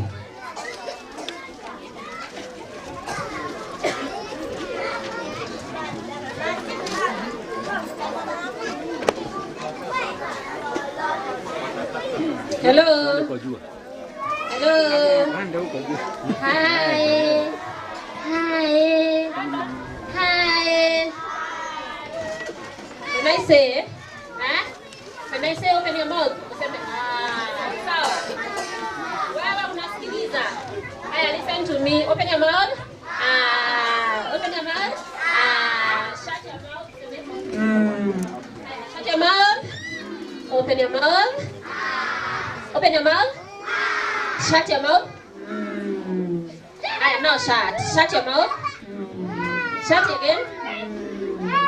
Hi. Now, from here, now I'm not the Lucy that you knew. I'm another person. Usinione ni yule, sio yule Lucy alikuwa naongea asubuhi sasa. I want us to move from here. Aya, shut your mouth. Shut your mouth. I want us to so I want us to move from here. We go to somewhere else. Sawa. Nataka tutoke hapa. Unasikia watoto tunaenda na utaachwa. Wewe nyamaza usikie penye tunaenda. Shut your mouth. Usikilize hivyo usikie penye tunaenda. So I want us to move from here to go to where we are going to hold our graduation ceremony. Sawa, tutatembea tu pole pole. Hatuna haraka. So I want you to set your mind. Tunatoka, tunaenda pole pole up to the venue. Up to where you have the up to where we have the kwani wazazi hawaendi? Hamwende? Up to where we have the are you there? Haya, sit down, relax. Relax. There we are. So it is another time that we want to do what brought us here. Na kama si graduation hatungekuja. Si ndio? Sawa sawa. So we want to call upon the graduates, and when we mention or we call the graduate's name, he or she should be accompanied by the parents. The parents are here, all of them. You accompany your child. Then you go to the stage. Sawa. Mwende, msimame hapo. Ina semi circle. Ina semi circle. Sawa. So we are going to do it with Madam Jen. And because we have stayed here for long, tutaharakisha hapa. Sawa. So when I call upon your child's name, you accompany your child and make a semicircle there. Open your mouth. Open your mouth. Shut your mouth. Haya. PP2s. Nikiita jina yako, when I mention your name, you come like a soldier. You come like a unajua soldier anatembea gaje? Unajua pinya askari anatembea? Hebu kuja muonyeshe. Tembea like askari. Unaona askari haidangi hivi. Si ndio? Anakanyangaka nini? Step kubwa.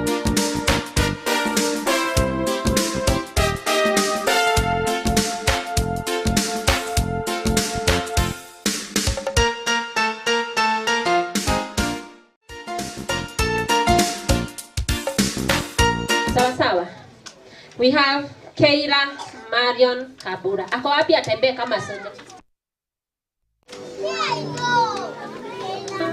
Okay, sawa. Where is their teacher? DJ God.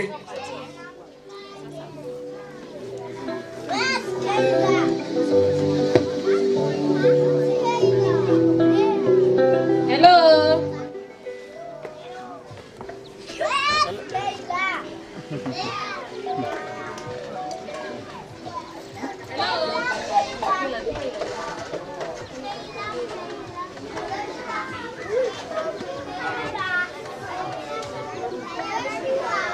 Hello. I want to have Keira Marion Kabura. Tembea haraka haraka kama askari. Where is the parent?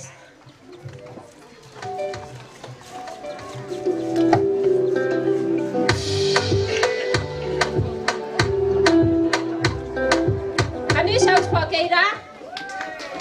Clap for Keira. Wow. Congratulations, Keira.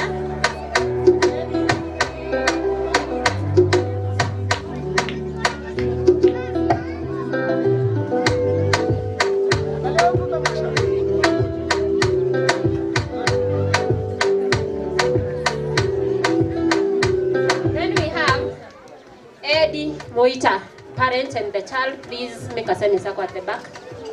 Please make a sign here.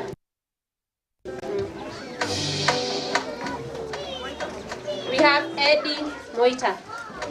Eddie Moita should be followed by Azaria Kenya.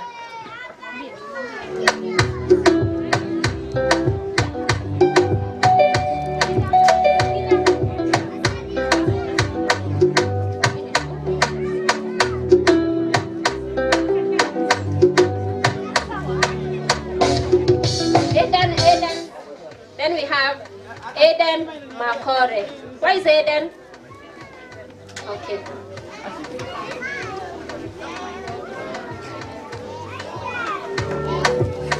Hey, parents.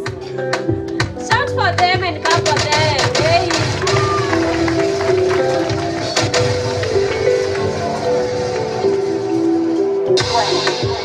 Neighbor Talash.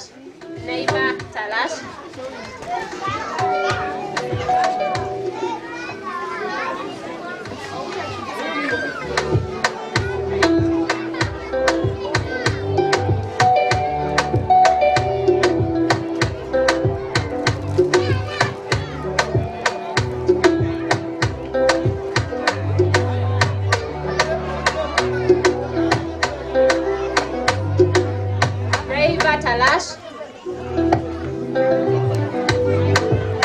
followed by Nadia Jambi.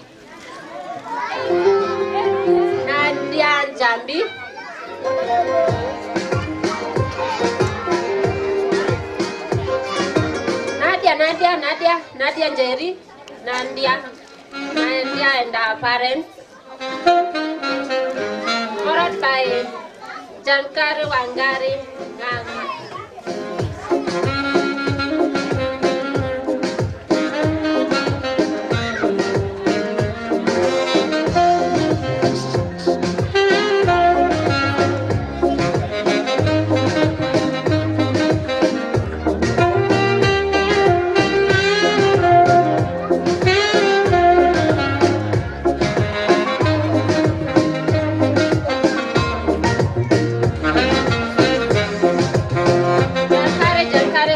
Nganga. Followed by Princess Amara Makena.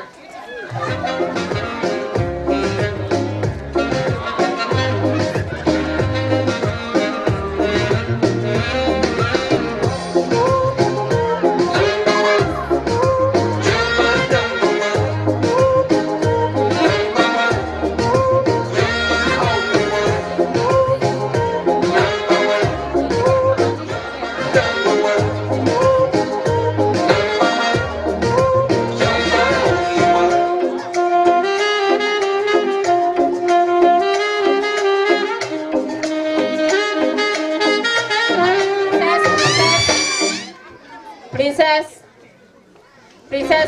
followed by Peter Kipkoech.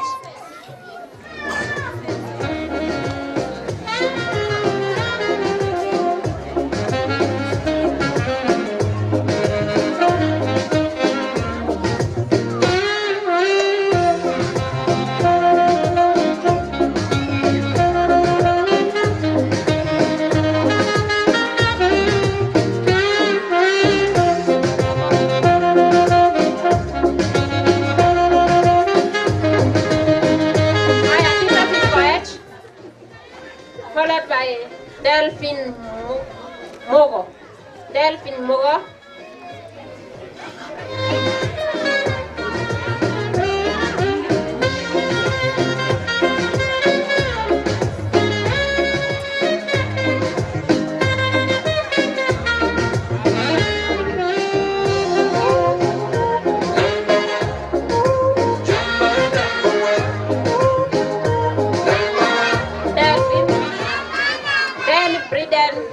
Macau.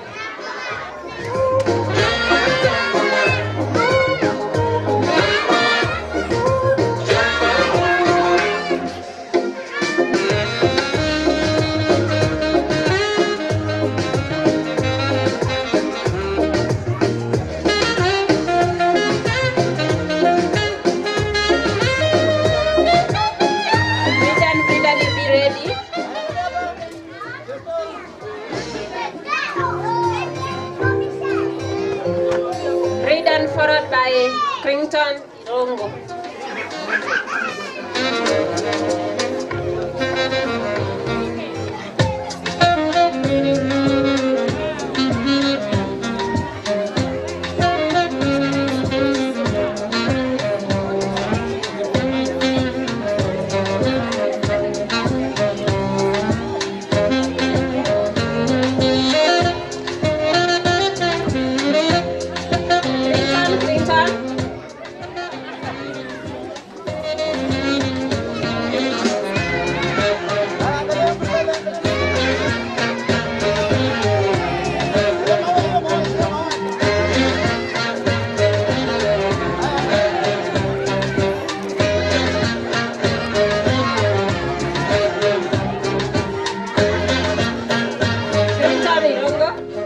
Followed by Daniela Wakonyi.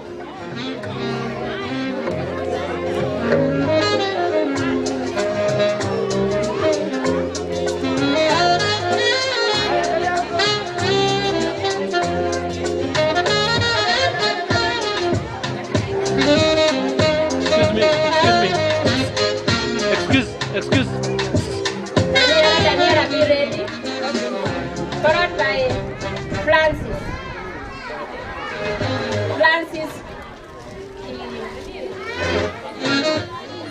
Kibuchi.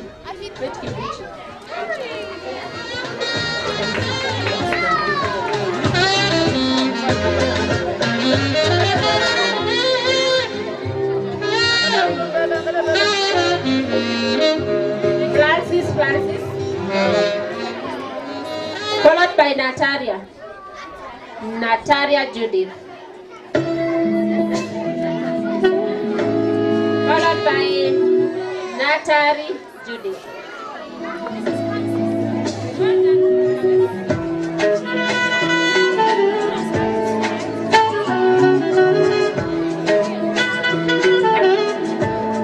Natari Birede.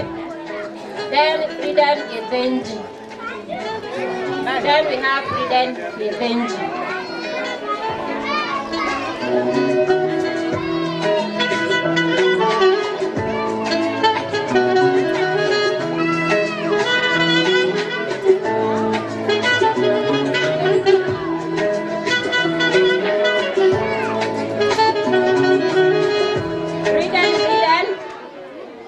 Followed by Gian Kemali.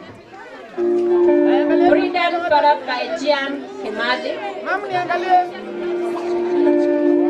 Congratulations. I have a message for you.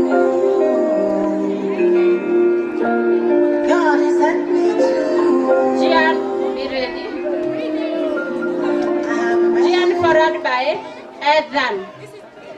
Ethan Geshoki. Listen, them tell you say you can never be the one. God say, make I tell you say now you choose in 1 month, in 1 week, you will sing a new song. 2 days, no less than you will hear. Congratulations, you're sitting in the beauty of God. Gian. Then followed by Ethan Yeshoki. God is good. Yes, you will come again with a new song of praise. God is good. Oh, congratulations.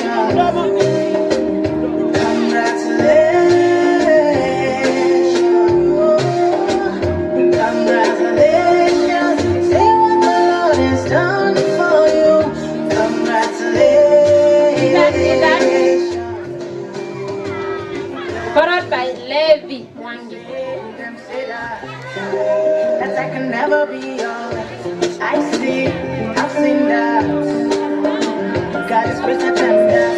Who can back to with the Lord? Nobody. Who can change his mind about you? Many years, many ways. Levi Mwangi. Levi followed by Demod Kome.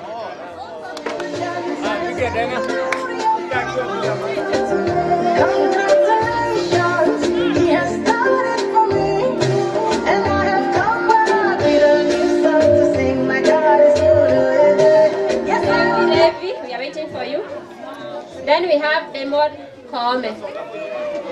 After Demod, we have Ethan Imani.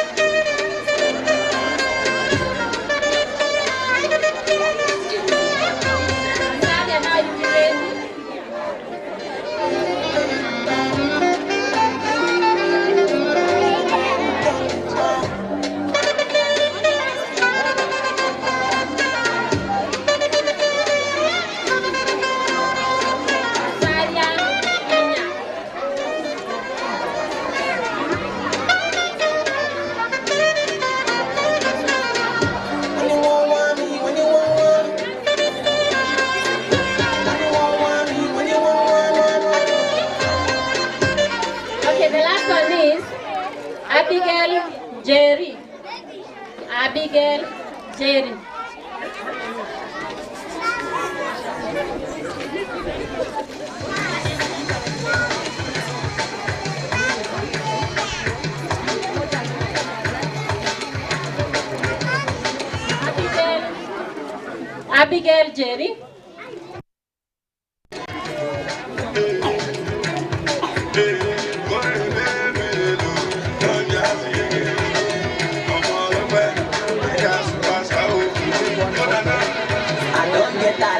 God you win, and I don't pay my rent, God you win.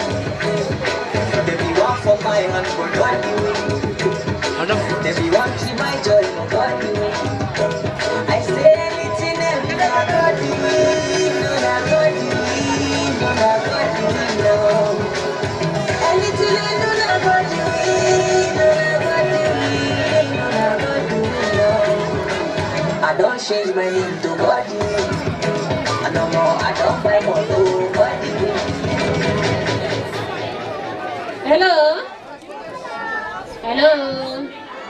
Hello, graduates. Hello, graduates. I want you to make a semicircle, a very good one, and you let the graduates to be in front. Make a semicircle. Make a semicircle, and the graduates to be in front, please.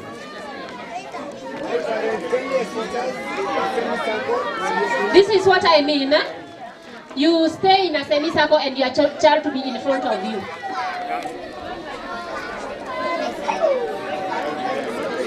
Hello. I know the stage is big.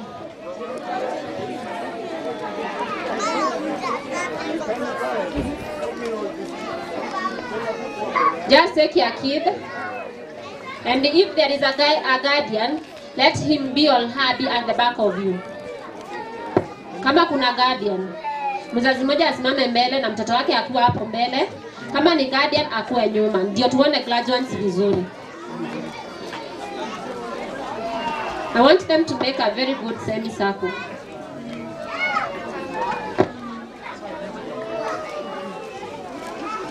If you have two graduates, then let them be in a semicircle.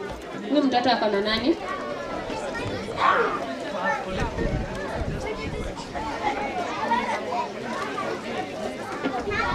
Huyu ako wapi? Nataka akuwe in a semicircle, atatoshea.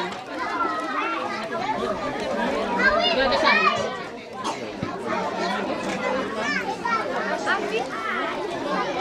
Bado ndani kuna hizi. Huko ndani kuna hizi kama hapo mbele kuna.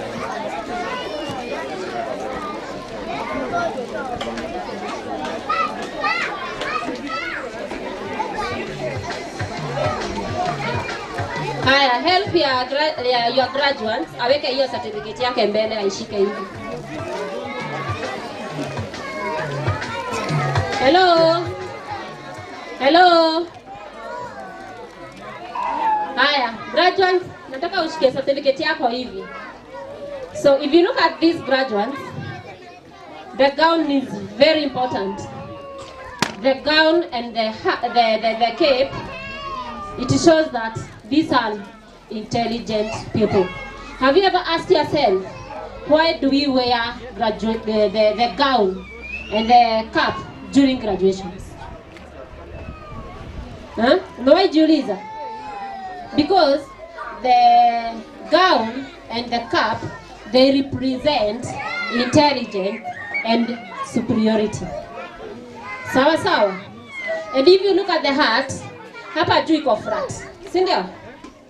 It means in education or in academics, the sky is not the limit. Anaweza ekelea vitabu mingi hapo mingi na haiwezi anguka because the cape hapa iko flat. So anaweza ekelea vitabu mingi possible. Sawa sawa. Haya, the graduates, are we together? Are we together? I want you to raise up your certificates. Here certificate ukifika nyumbani, you tell your parent to keep it safe. To keep it safe. You have achieved that certificate to show that there is a rite of passage. Sasa, there is the transition. You will no longer be in PP2 again. Sasa, now from there, it is my prayer. I pray to God that as you advance, you will get so many certificates. The parents are supposed to say amen. I'm prophesying that as your child advances, we'll have so many certificates in with her. Sawa, that will help him or her in life. Sawa. So the children, can you hold that certificate and say bravo, bravo, bravo? I can't hear. I can't hear. Say bye-bye PP2. Welcome grade 1. Now when you open the school, unaona ile class ilikuwa PP2. Hata usiangalie. Uende kama umeingia penye kutakuwa kumeandikwa grade because you have graduated. Because you have. And let me tell you parents, hii picha haitawahi mtoka wapi? It has already been registered. Sawa sawa. So I'm praying that this one will be blessed, will go to higher heights, and the sky is not there. The sky is not the limit. Nataka mzazi uteremke kidogo na uache mtoto wako. Usibebe mtoto na mtoto alimain inasemi sako. Sawa parents? Haya tusifuate wazazi, sisi tulimain hapa. Sawa sawa? Nimekuja ndio nimkaishe.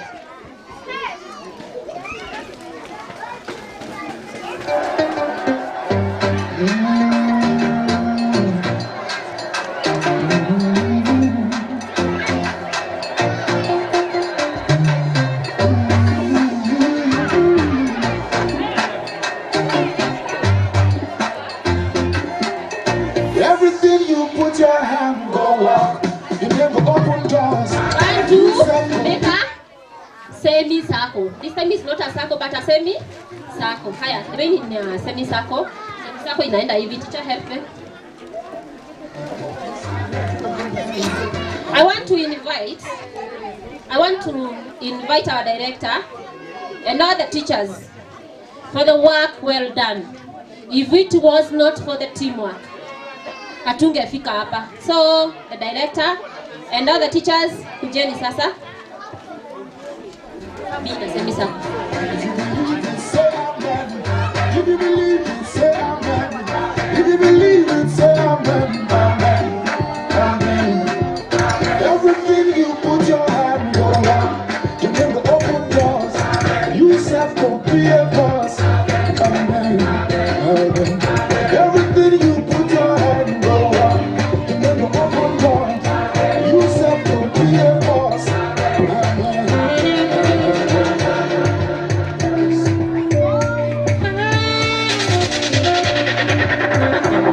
Yo, God. Gosh.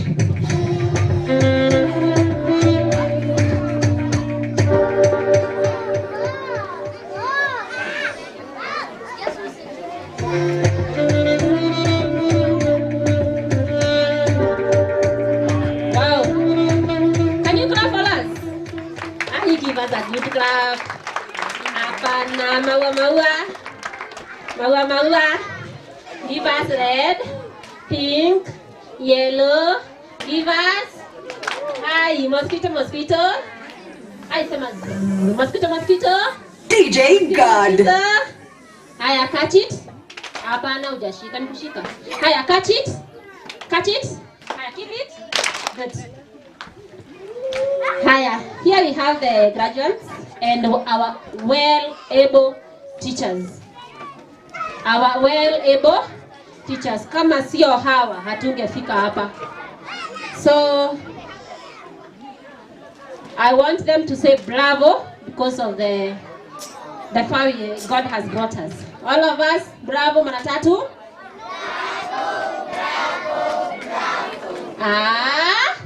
Bravo.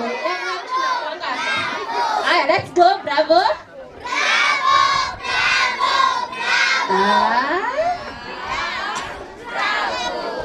Good. When they are still there, we want to give them awards. We want to award them. We want to award them. And I will call you randomly. So just listen, because I can call you randomly to come and give out the presents. So we have Delphine Mogo, come in front. Nikikuita, ukuja hapa mbele. Delphine Mogo, I want to request Mr. Jacob. Mr. Jacob, are we together? Ama ninakosea jina. Ni Job, sorry. Ni wewe naita. Ni wewe. So Mr. Job, I want you to award Delphine Mogo. Azazi tupige makofi. Ai. have. Wow. Then we have Natari. Another teacher can help us to take him or her back to his position. Akishapewa present anarudi kwa position yake. We have Natari. We have Natari, and I will request our director to take over.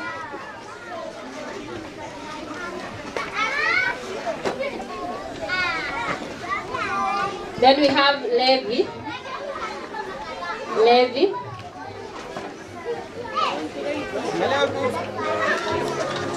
Levi.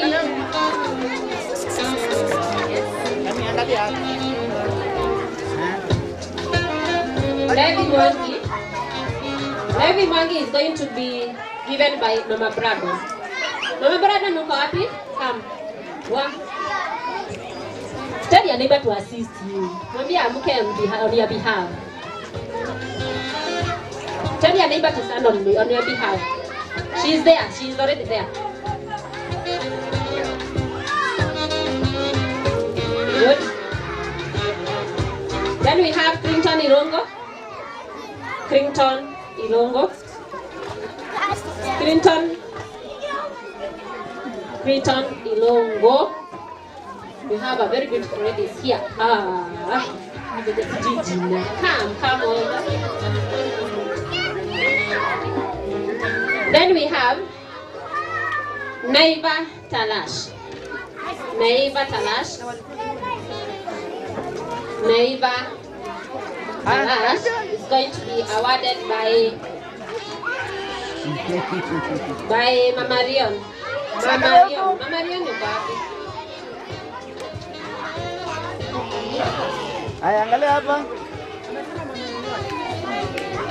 Then we have Briden Gedenji. Briden Gedenji, you will be awarded by your class teacher. Briden Gedenji, awarded by your class teacher. Then we have Peter Kipkoech. Madam Jane, please. Peter Kipkoech. Madam Jane. Neiva is being awarded by the class teacher.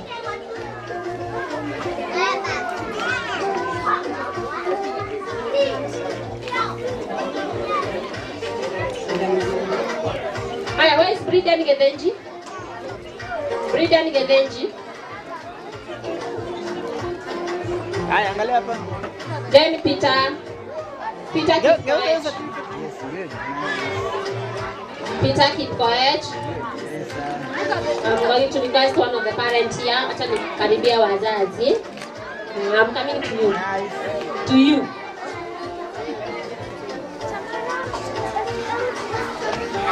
You award Peter Kipkoech. Then we have Abigail Jerry. Abigail Jerry.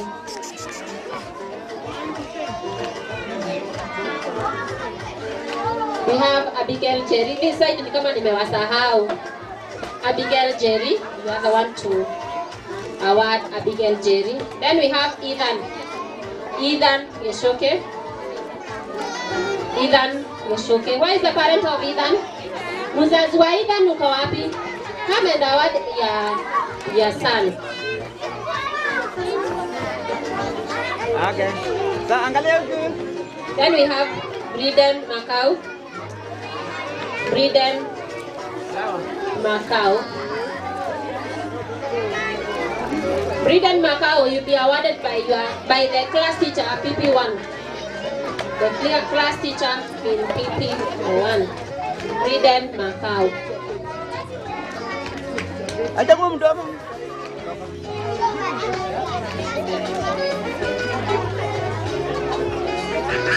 Then we have Gian Kemali. Mama Gian, hi. I'm an award your son. Gian Kemali.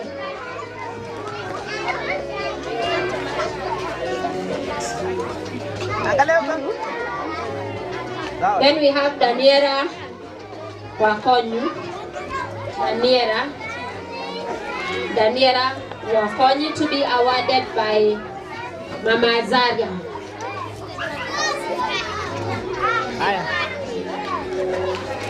Excuse me. Angalia mbele, angalia. Acha kwa mdomo.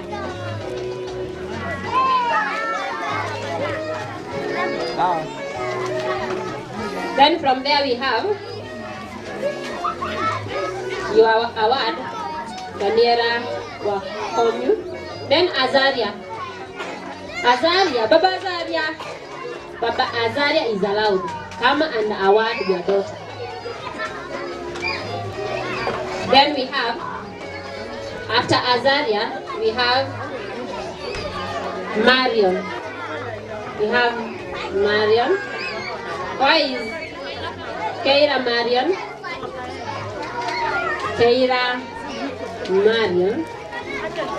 Keira Marion is going to be awarded by our parents back there with respect. And he's talking. Please make him aware. He has some tasks to do here. Come over. Yes. You award Keira Marion. Then we have Daymond Koome. Daymond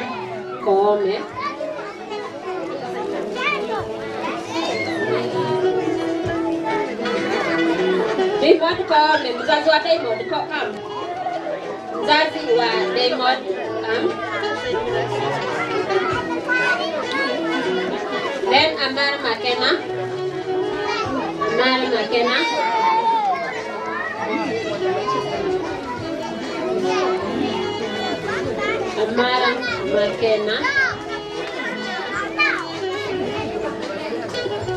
Amara Makena will be awarded by Mama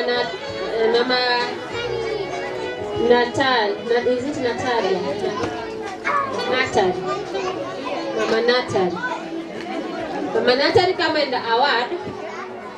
Amara Makena. Then we have Ethan Munene. The parent of Ethan Munene to come. Ethan, Mama Ethan or Baba Ethan, one of you.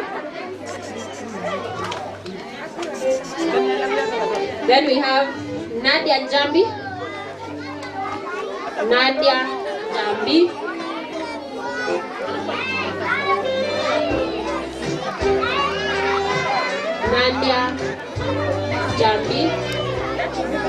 Nadia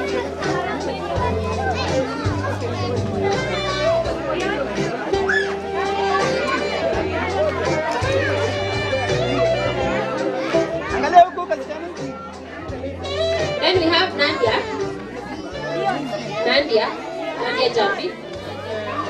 Then we have Nadia Jambi. Then Francis Kibuchi.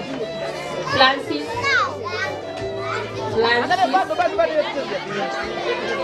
Parent to Francis.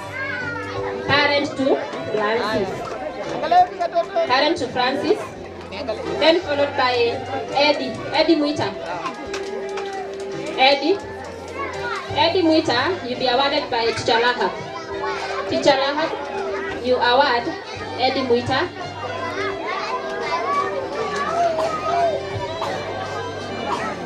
Teacher Lahab, you award Eddie Muita. Then we have Eden Makole.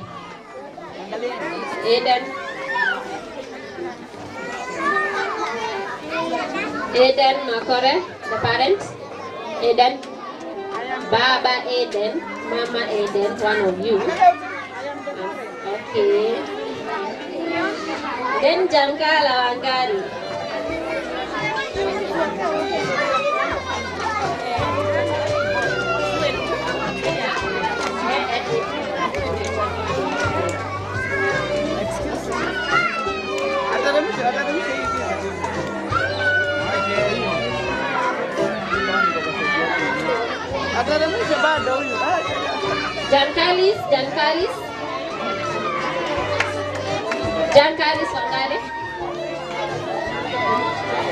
Jankalis Wangare.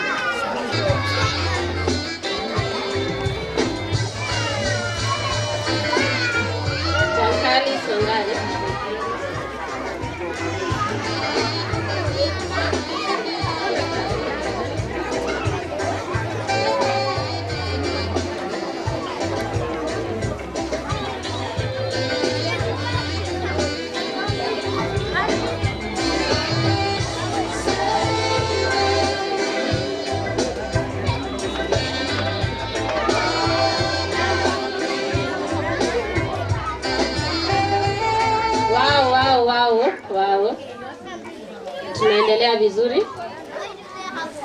I want them to be still in a semicircle. In a semicircle, we want to take a very good photo.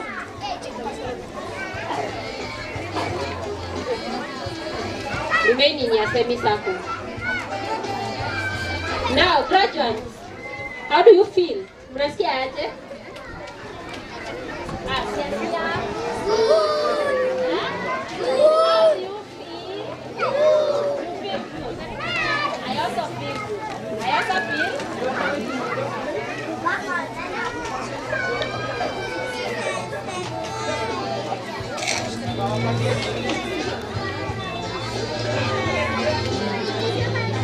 Hapa huyu open hapa tu kidogo. Open hivi ndio hivi.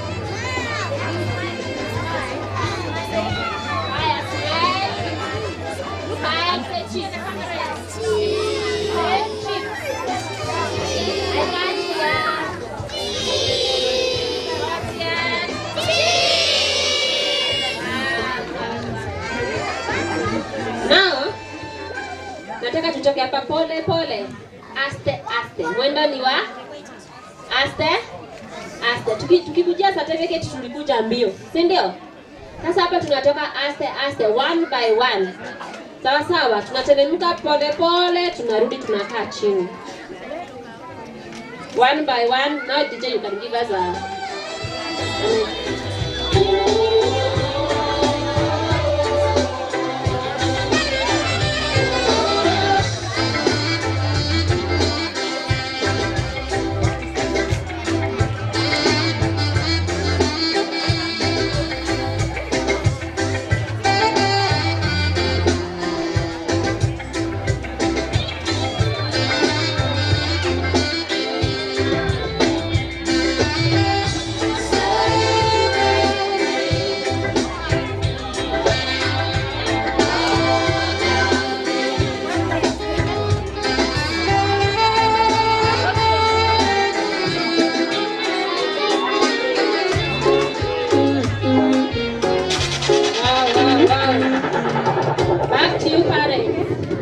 remember our CBC club?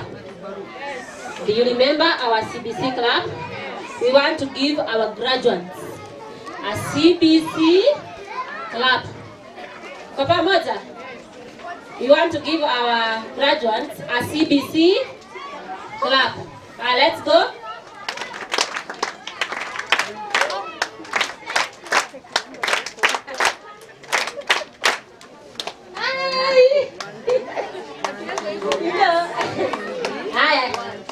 Let's go. 1, 2, 1, 2, 3, 1, 2, 3, 1, 2, 3, 1, 2, 3. Are you ready? Yes. Are you ready? Yes. We are giving them a CBC clap. Let's go.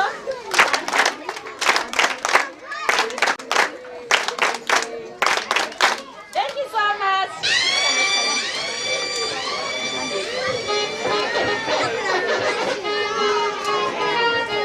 Amazing, amazing. Let us appreciate again Madam Lucy. Let's appreciate her again. Thank you. And right now, without further ado, we are going to go to the DJ. Yo, God. Gosh.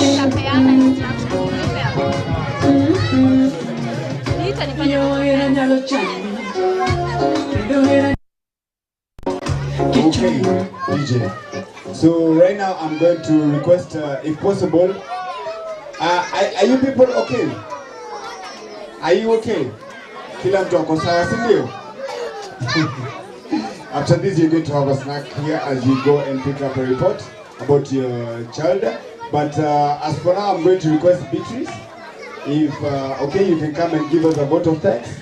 And then from there, we're going to have a word of prayer as we finish up the day. Karibu Beatrice. Mpigeni makofi tafadhali.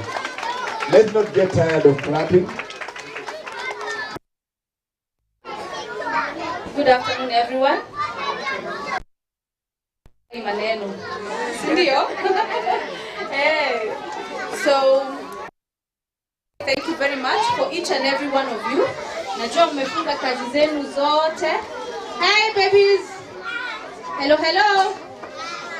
Hi everyone. Hi playgroup. Hi PP1. I can't hear you. Hi PP2. Open your mouth. Open your mouth. Shut your mouth. Shut your mouth. And let's stay that way, okay? So I want to thank everybody here today who made a point of showing up. Every parent, mmefunga makazi, mkaja hapa, the aunties, the uncles, the grandparents, tunawashukuru sana. Hata wazazi wa zile madarasa zingine of who, the ones whose kids were not graduating, and you made a point to come here today. Thank you so much, because that's a great sacrifice. I also want to thank the service providers, all of them. We have the MC Tony here, so if you ever have an event, if you like his job, that is MC Tony with his group of DJs over there. You can see them. Tumependa muziki yao. And we have Master Nganga. Is he here today? Master Nganga, who's in the media section. Hao ndio wamekuwa na sisi, to broadcast live on Facebook and live on YouTube. I also want to thank the providers who provided us with the toilets behind there, the portable loos, all the teachers who are here today, the ones who have managed all the children.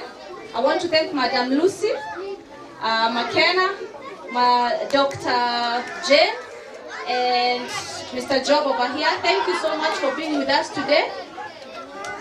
After we leave here, because we are coming to the close of this event, we have prepared some assorted snacks for you. So when we leave here, we are going to go to that tent. You pass through that tent, you take your container, which has assorted snacks in it. There's a small soda there and probably a bottle of water. After that, all the parents will proceed to their respective classes. Kama mtoto wako ako playgroup, uende playgroup. Kama mtoto wako ako PP1 ama PP2, uende pale. Then we'll be able to pick all the files. Unfortunately today, we will not be able to have the parent-teacher discussion because of the time. Sindio? Si watoto wanahisi njaa. The kids who are with us today, all the learners from Lelani school, their foods are in their classes. So they will find their food there, the teachers will take care of them. But as for you who are here, you go there, you pick your food, and if you have come with a sibling, make sure you pick food for them and a soda for them. There is enough for everyone, I believe that. After that, I think it's safe to say that the event has been successful. And thank you so much. I will be communicating, you'll be receiving communication regarding the opening day, the fee structure. I promise you nothing has changed, everything stays the same. So those ones you'll be receiving via WhatsApp. Sawa sawa. Asanteni sana na nimeshukuru. Amazing. Thank you for appreciating her. Thank you again for appreciating her. So, now we started with the Lord. We end with the Lord. I want to hear you. We started with the Lord. We end with the Lord. Is that okay? So right now I'm going to invite one of our teachers, Teacher Rahab. Teacher Rahab, kindly come and pray for us as we close up, and then after that we're going to do an activity as we walk out. Is that okay? Aya, sasa karibu mwalimu. Hello there. Hello there. Can we make a balloon? Make a balloon. Then we pray, okay? Let's pray.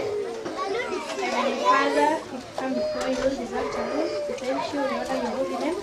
Thank you for your divine love. Thank you for your divine grace, oh Lord, upon our lives, oh Lord. Thank you for we started this event with you, Jehovah Father, and now we are coming to the end of it, oh Lord. We pray that Jehovah Father, you be together with us, even as we leave this praise, oh Lord. Thank you for your grace that has moved out together with us, Jehovah Father. We thank you for each and everyone who has come to this event, oh Lord. The parents, oh Lord, may you bless them mightily, and you provide unto them according to your riches in glory, for your holy and your mighty. Thank you very for the children, oh Lord, even as they go home, as they go for the vacation, oh Lord, we pray that you may guide them, oh Lord, that you may cover them with the blood of Jesus. Even for the teachers, we pray for more knowledge in their lives, oh Lord, even as they take care of the children, oh Lord, in the mighty name of Jesus. We thank you and we honor you. Thank you even for the provision of food. As you take it, O Lord, may you bless it mightily. As you remember those who don't have, provide unto them because you are a great provider. For it is in Jesus' name we pray, trusting and believing. Amazing, amazing, amazing. Higher. So, today has been a successful day.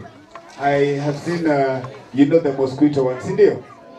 Okay, everybody kindly stand up as we close up the day. Kindly do stand up.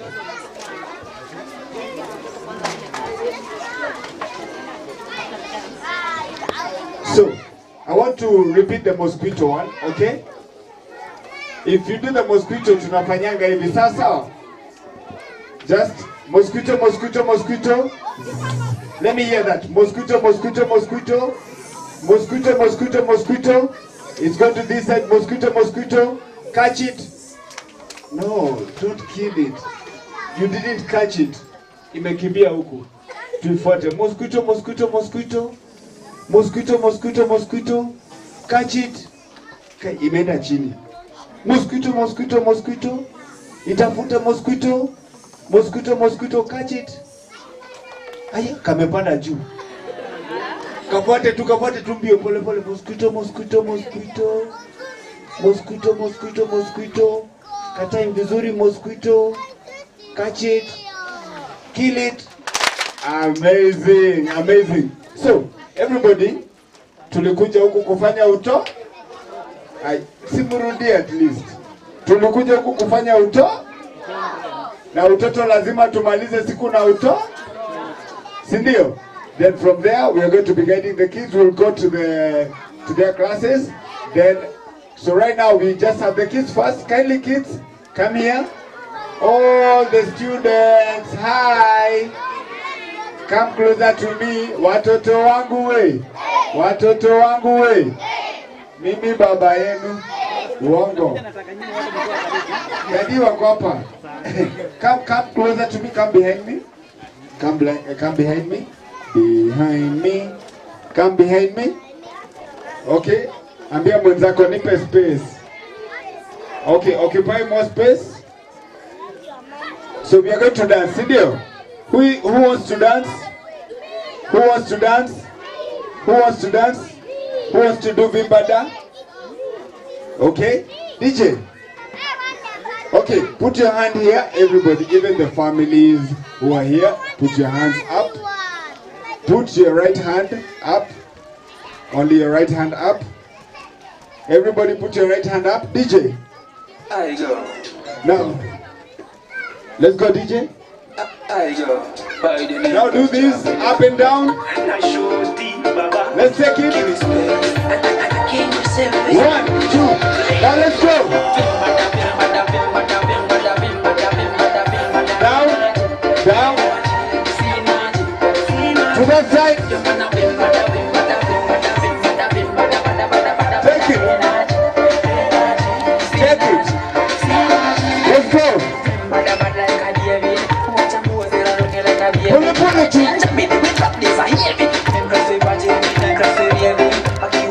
Pull it to.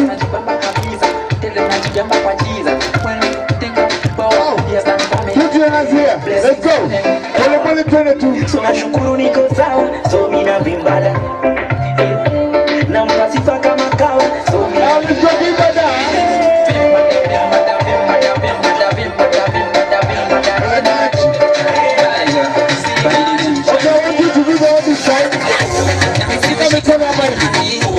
Alafu nataka unagonga tu. Weka tu. Pole pole twende. Pole pole tu. Sasa yike mbele, weka mbele. Weka mbele hapo. Weka mbele hapo. Twende hapo hivyo. Pole pole. Twende.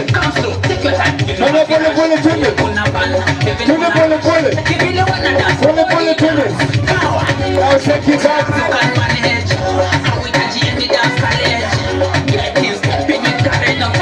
Now take it out.